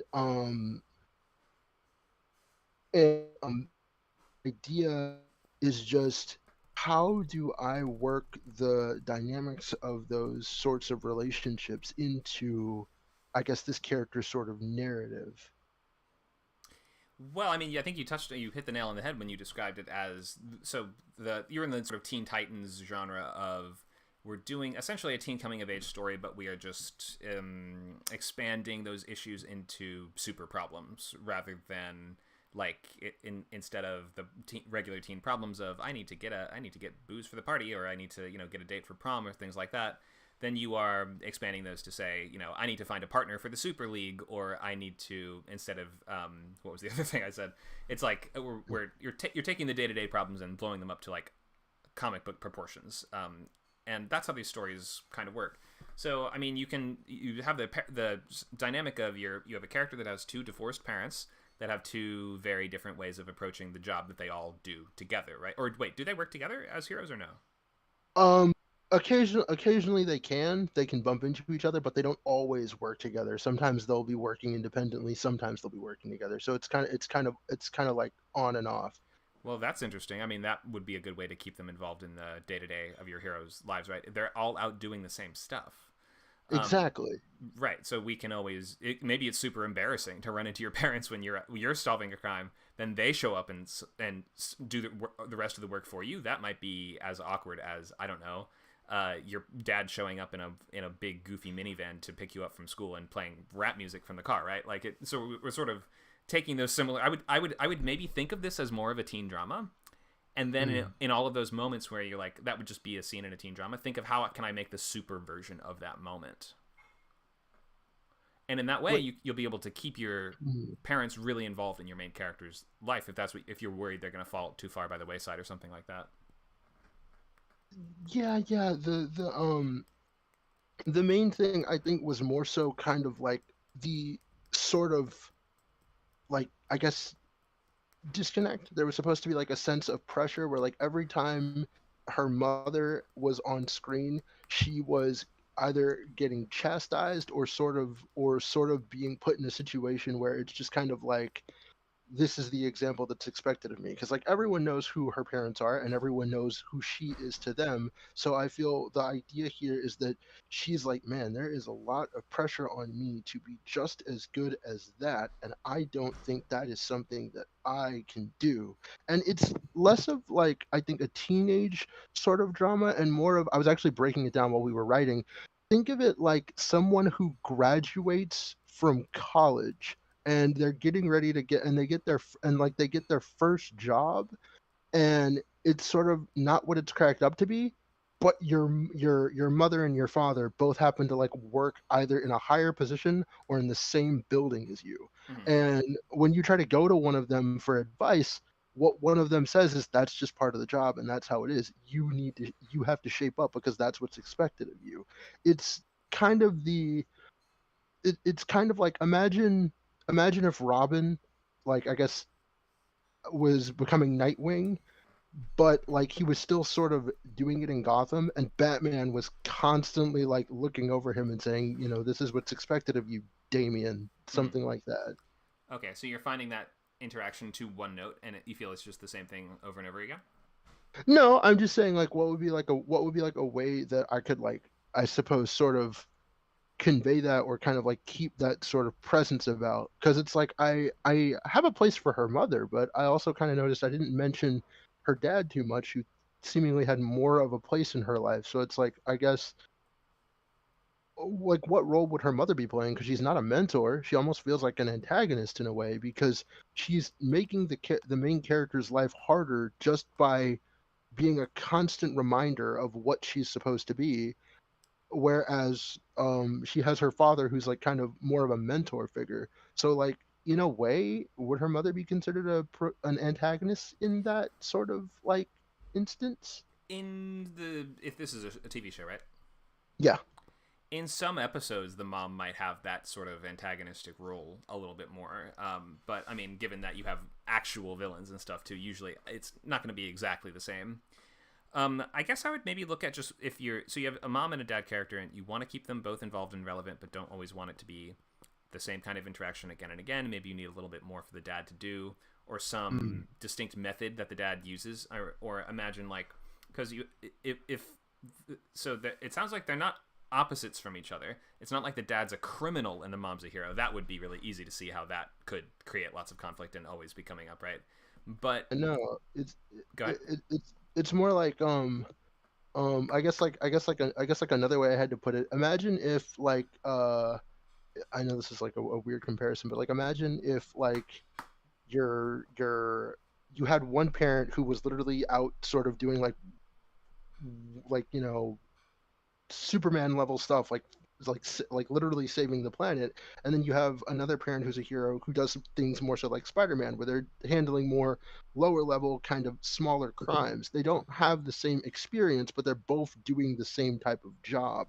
And it's like, yeah, those sort of like, I guess, kind of perspectives. And just, I keep thinking she'd be going back and forth between the two of them and constantly like having sort of like this friction, or this kind of not issue, but like there would just be like a lot of problems that would result from this. And I guess it's just like, how would I how would I sort of just like properly convey the different roles that each of them has? Like her mother is like, or would I need to shift their roles occasionally? Like, would the mother always be somewhat antagonistic? Would the father always be like more of a mentor figure? Just because characters have a certain role, does that mean that's what they have to stick with? Not always. I mean, and over the course of a show, their goals can change all the time or go back and forth a lot. But I mean, just in a pilot, they should be relatively consistent. I would maybe look at. It sounds like they have different ideas of what their ultimate job should be, the mom and the dad. Whereas the mom seems like. Sorry, go ahead. No, exactly. You were on the right track. They Oh, both okay. have different ways of how they think things should be done, and this is something that the main character feels they have to constantly like. It's sort of like she has to eventually make a decision on how she wants to handle this issue. Yeah, I would maybe think that it could be that, or just what this brings to mind. I don't know if this works for you or not, but it sounds to me like if the moms sort of sees their job as heroes to make the world as good of a place as they can, she's sort of a workaholic. She thinks that we should be using our powers to their full extent all the time. Then she's Exactly. probably dealing with more like bigger scale threats. And she thinks maybe we should even, like, you should maybe leave the city now and again. Come with me. We're going to Portugal. We're fighting terrorists. We're going to space to fight aliens. Like, what are you doing here? And if dad's position is more, you need to protect your community first, and we need to clean Mm, up our town, and like you need to join a crew. I mean, join a bunch of other street level heroes that are all focused on fixing up the place we live, because we have a loyalty and responsibility for this place. But if the mom's mm. position is no, we don't.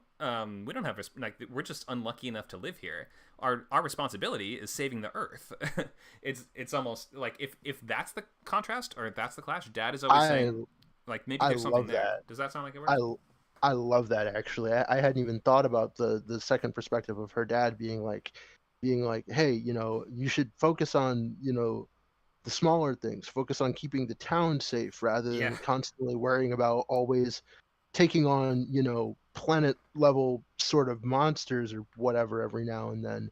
yeah, And I guess then it's like what and I guess like the character's arc should like she shouldn't just constantly be getting tugged back and forth between the two of them. She has to have an eventual moment of her own where she realizes I have to be my own sort of hero too. I would yeah. imagine she can't. That's like the end of the pilot would be the moment where your character realizes I can't do either of those extremes. I need to find my path.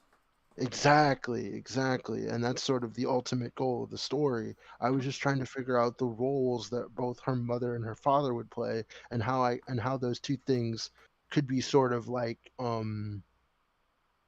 intermingled, I guess, or how they would like lay out in the story. Well, I hope this helped. It sounds to me Yeah, like the yeah. dad is more down to earth. He's more like you need to finish school. You need Mm-hmm. to protect our street. We need to clean up. Where he's like picking up trash by the river and stuff like that. And mom is like, you need to drop out of school. You don't need to join a team. You're powerful enough that if you focus on that, then you can be the best at that, and you can help me fight aliens. It seems like that Mm-hmm. might be a good source of conflict and just a strong element of a story engine. Oh yeah, definitely. I'll have to like I'll keep that in mind and use that as a part of what I'm working with. Thank you. That helped a lot. Yeah. Sure. Thanks for the questions, Meep. We're gonna have. I think we only have time for one more, and I saw another hand raised earlier. Somebody starting with, was it V? Where did it go? This is. Let's see. Okay, I've sent an invitation.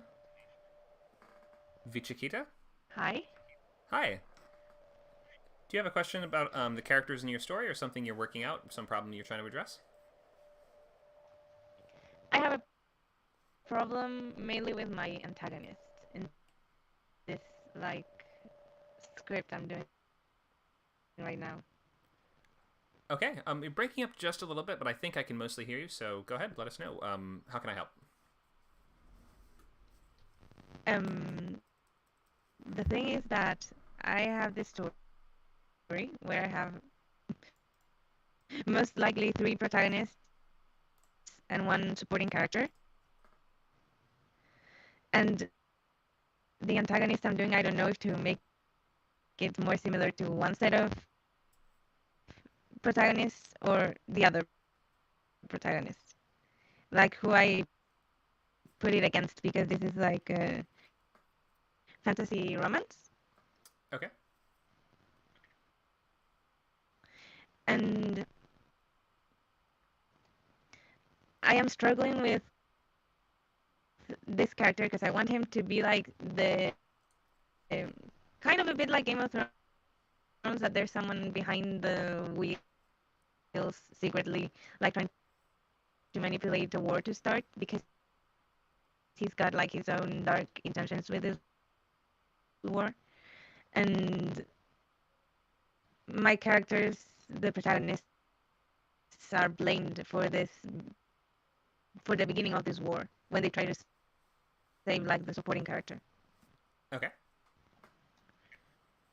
And I'm kind of losing it a bit there, because I'm trying to like see if he's more related to two of my characters that are like from this warrior-like clan, or my main protagonist that's like this nomad hunter from my clan. They are both teams are like more magic related than the antagonist, that he's like full on science and everything.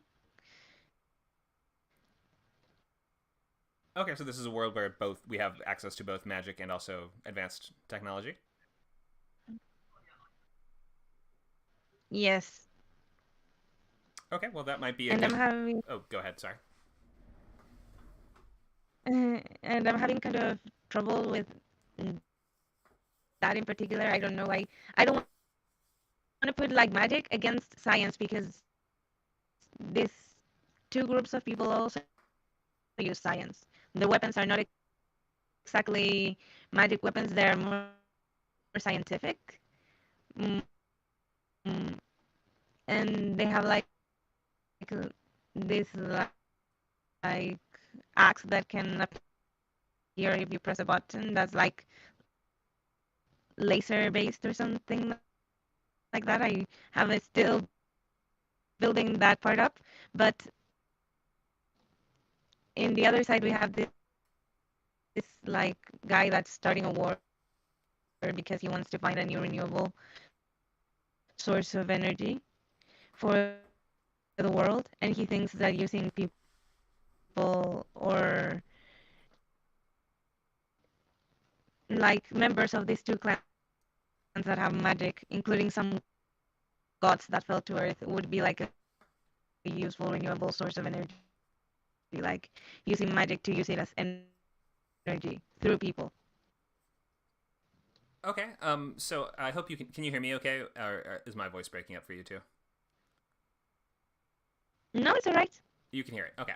So you're saying you don't want to frame the world as like magic is good and technology is bad, and you don't. No one's saying you have to do that. There are some stories like that, and there's some. I think like Star Wars is a good example of a story that completely avoids that. And in Star Wars, we have good and bad magic users, and we have good and bad scientists or people using technology. Right? Some characters use both. So you definitely don't have to frame this as like your villain is the science guy and your heroes are the nature and magic people. You can mingle and mix that all together.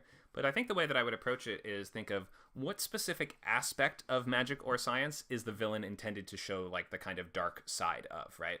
So if you have heroes that also embrace science and magic and use those to their own end to achieve good things, then having a villain that actually uses that same science and the same magic but for the opposite effect or the opposite reasons might be an effective way to kind of build out your cast.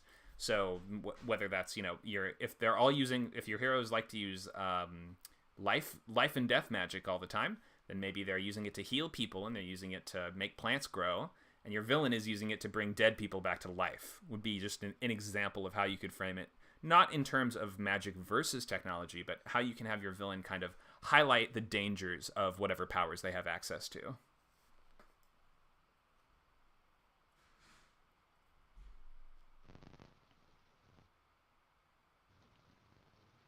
Does that give you some ideas, or is a good place to at least start thinking about this? Yes, it does. And also I have like I'm trying to build this like relationship, and I don't know if it's a bit too cliche, but my protagonists are three: two members of this warrior clan, and as I mentioned, this hunter from this nomad clan of the forest, and the three of them are a relationship.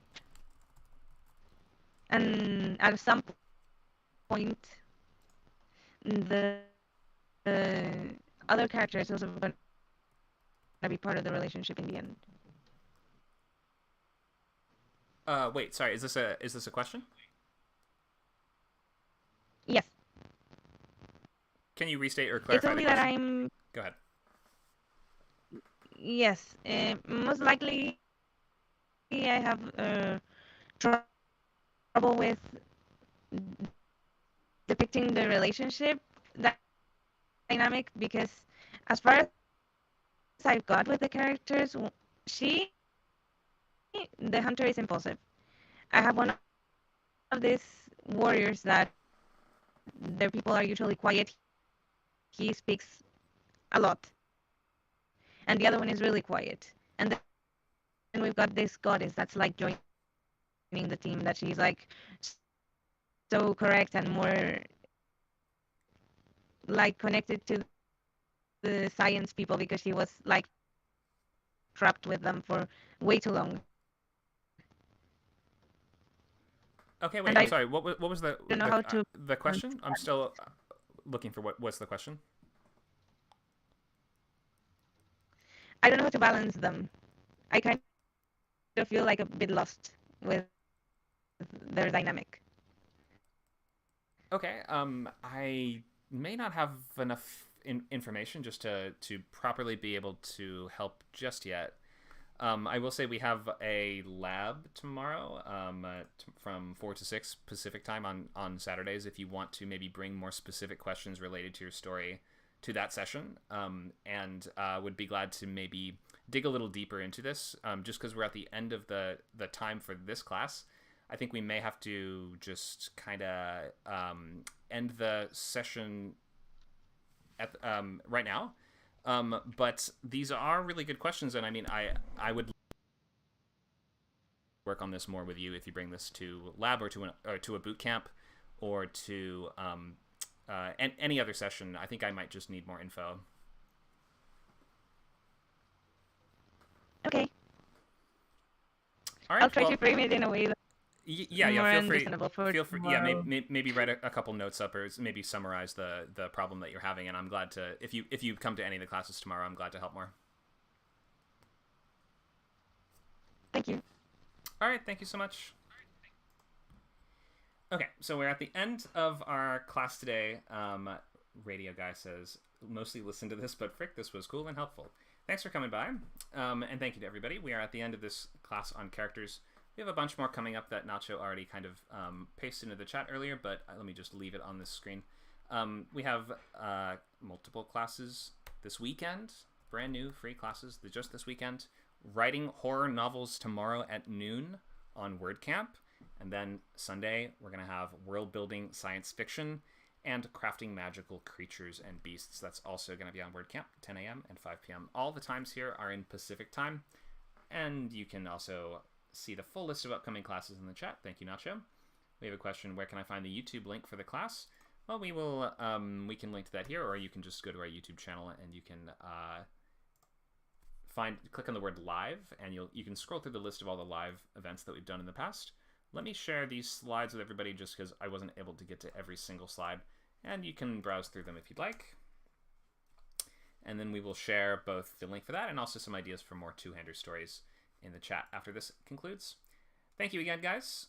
We hope to see you soon at your next script camp class or event, maybe even one of the ones this weekend. We'll see you next time.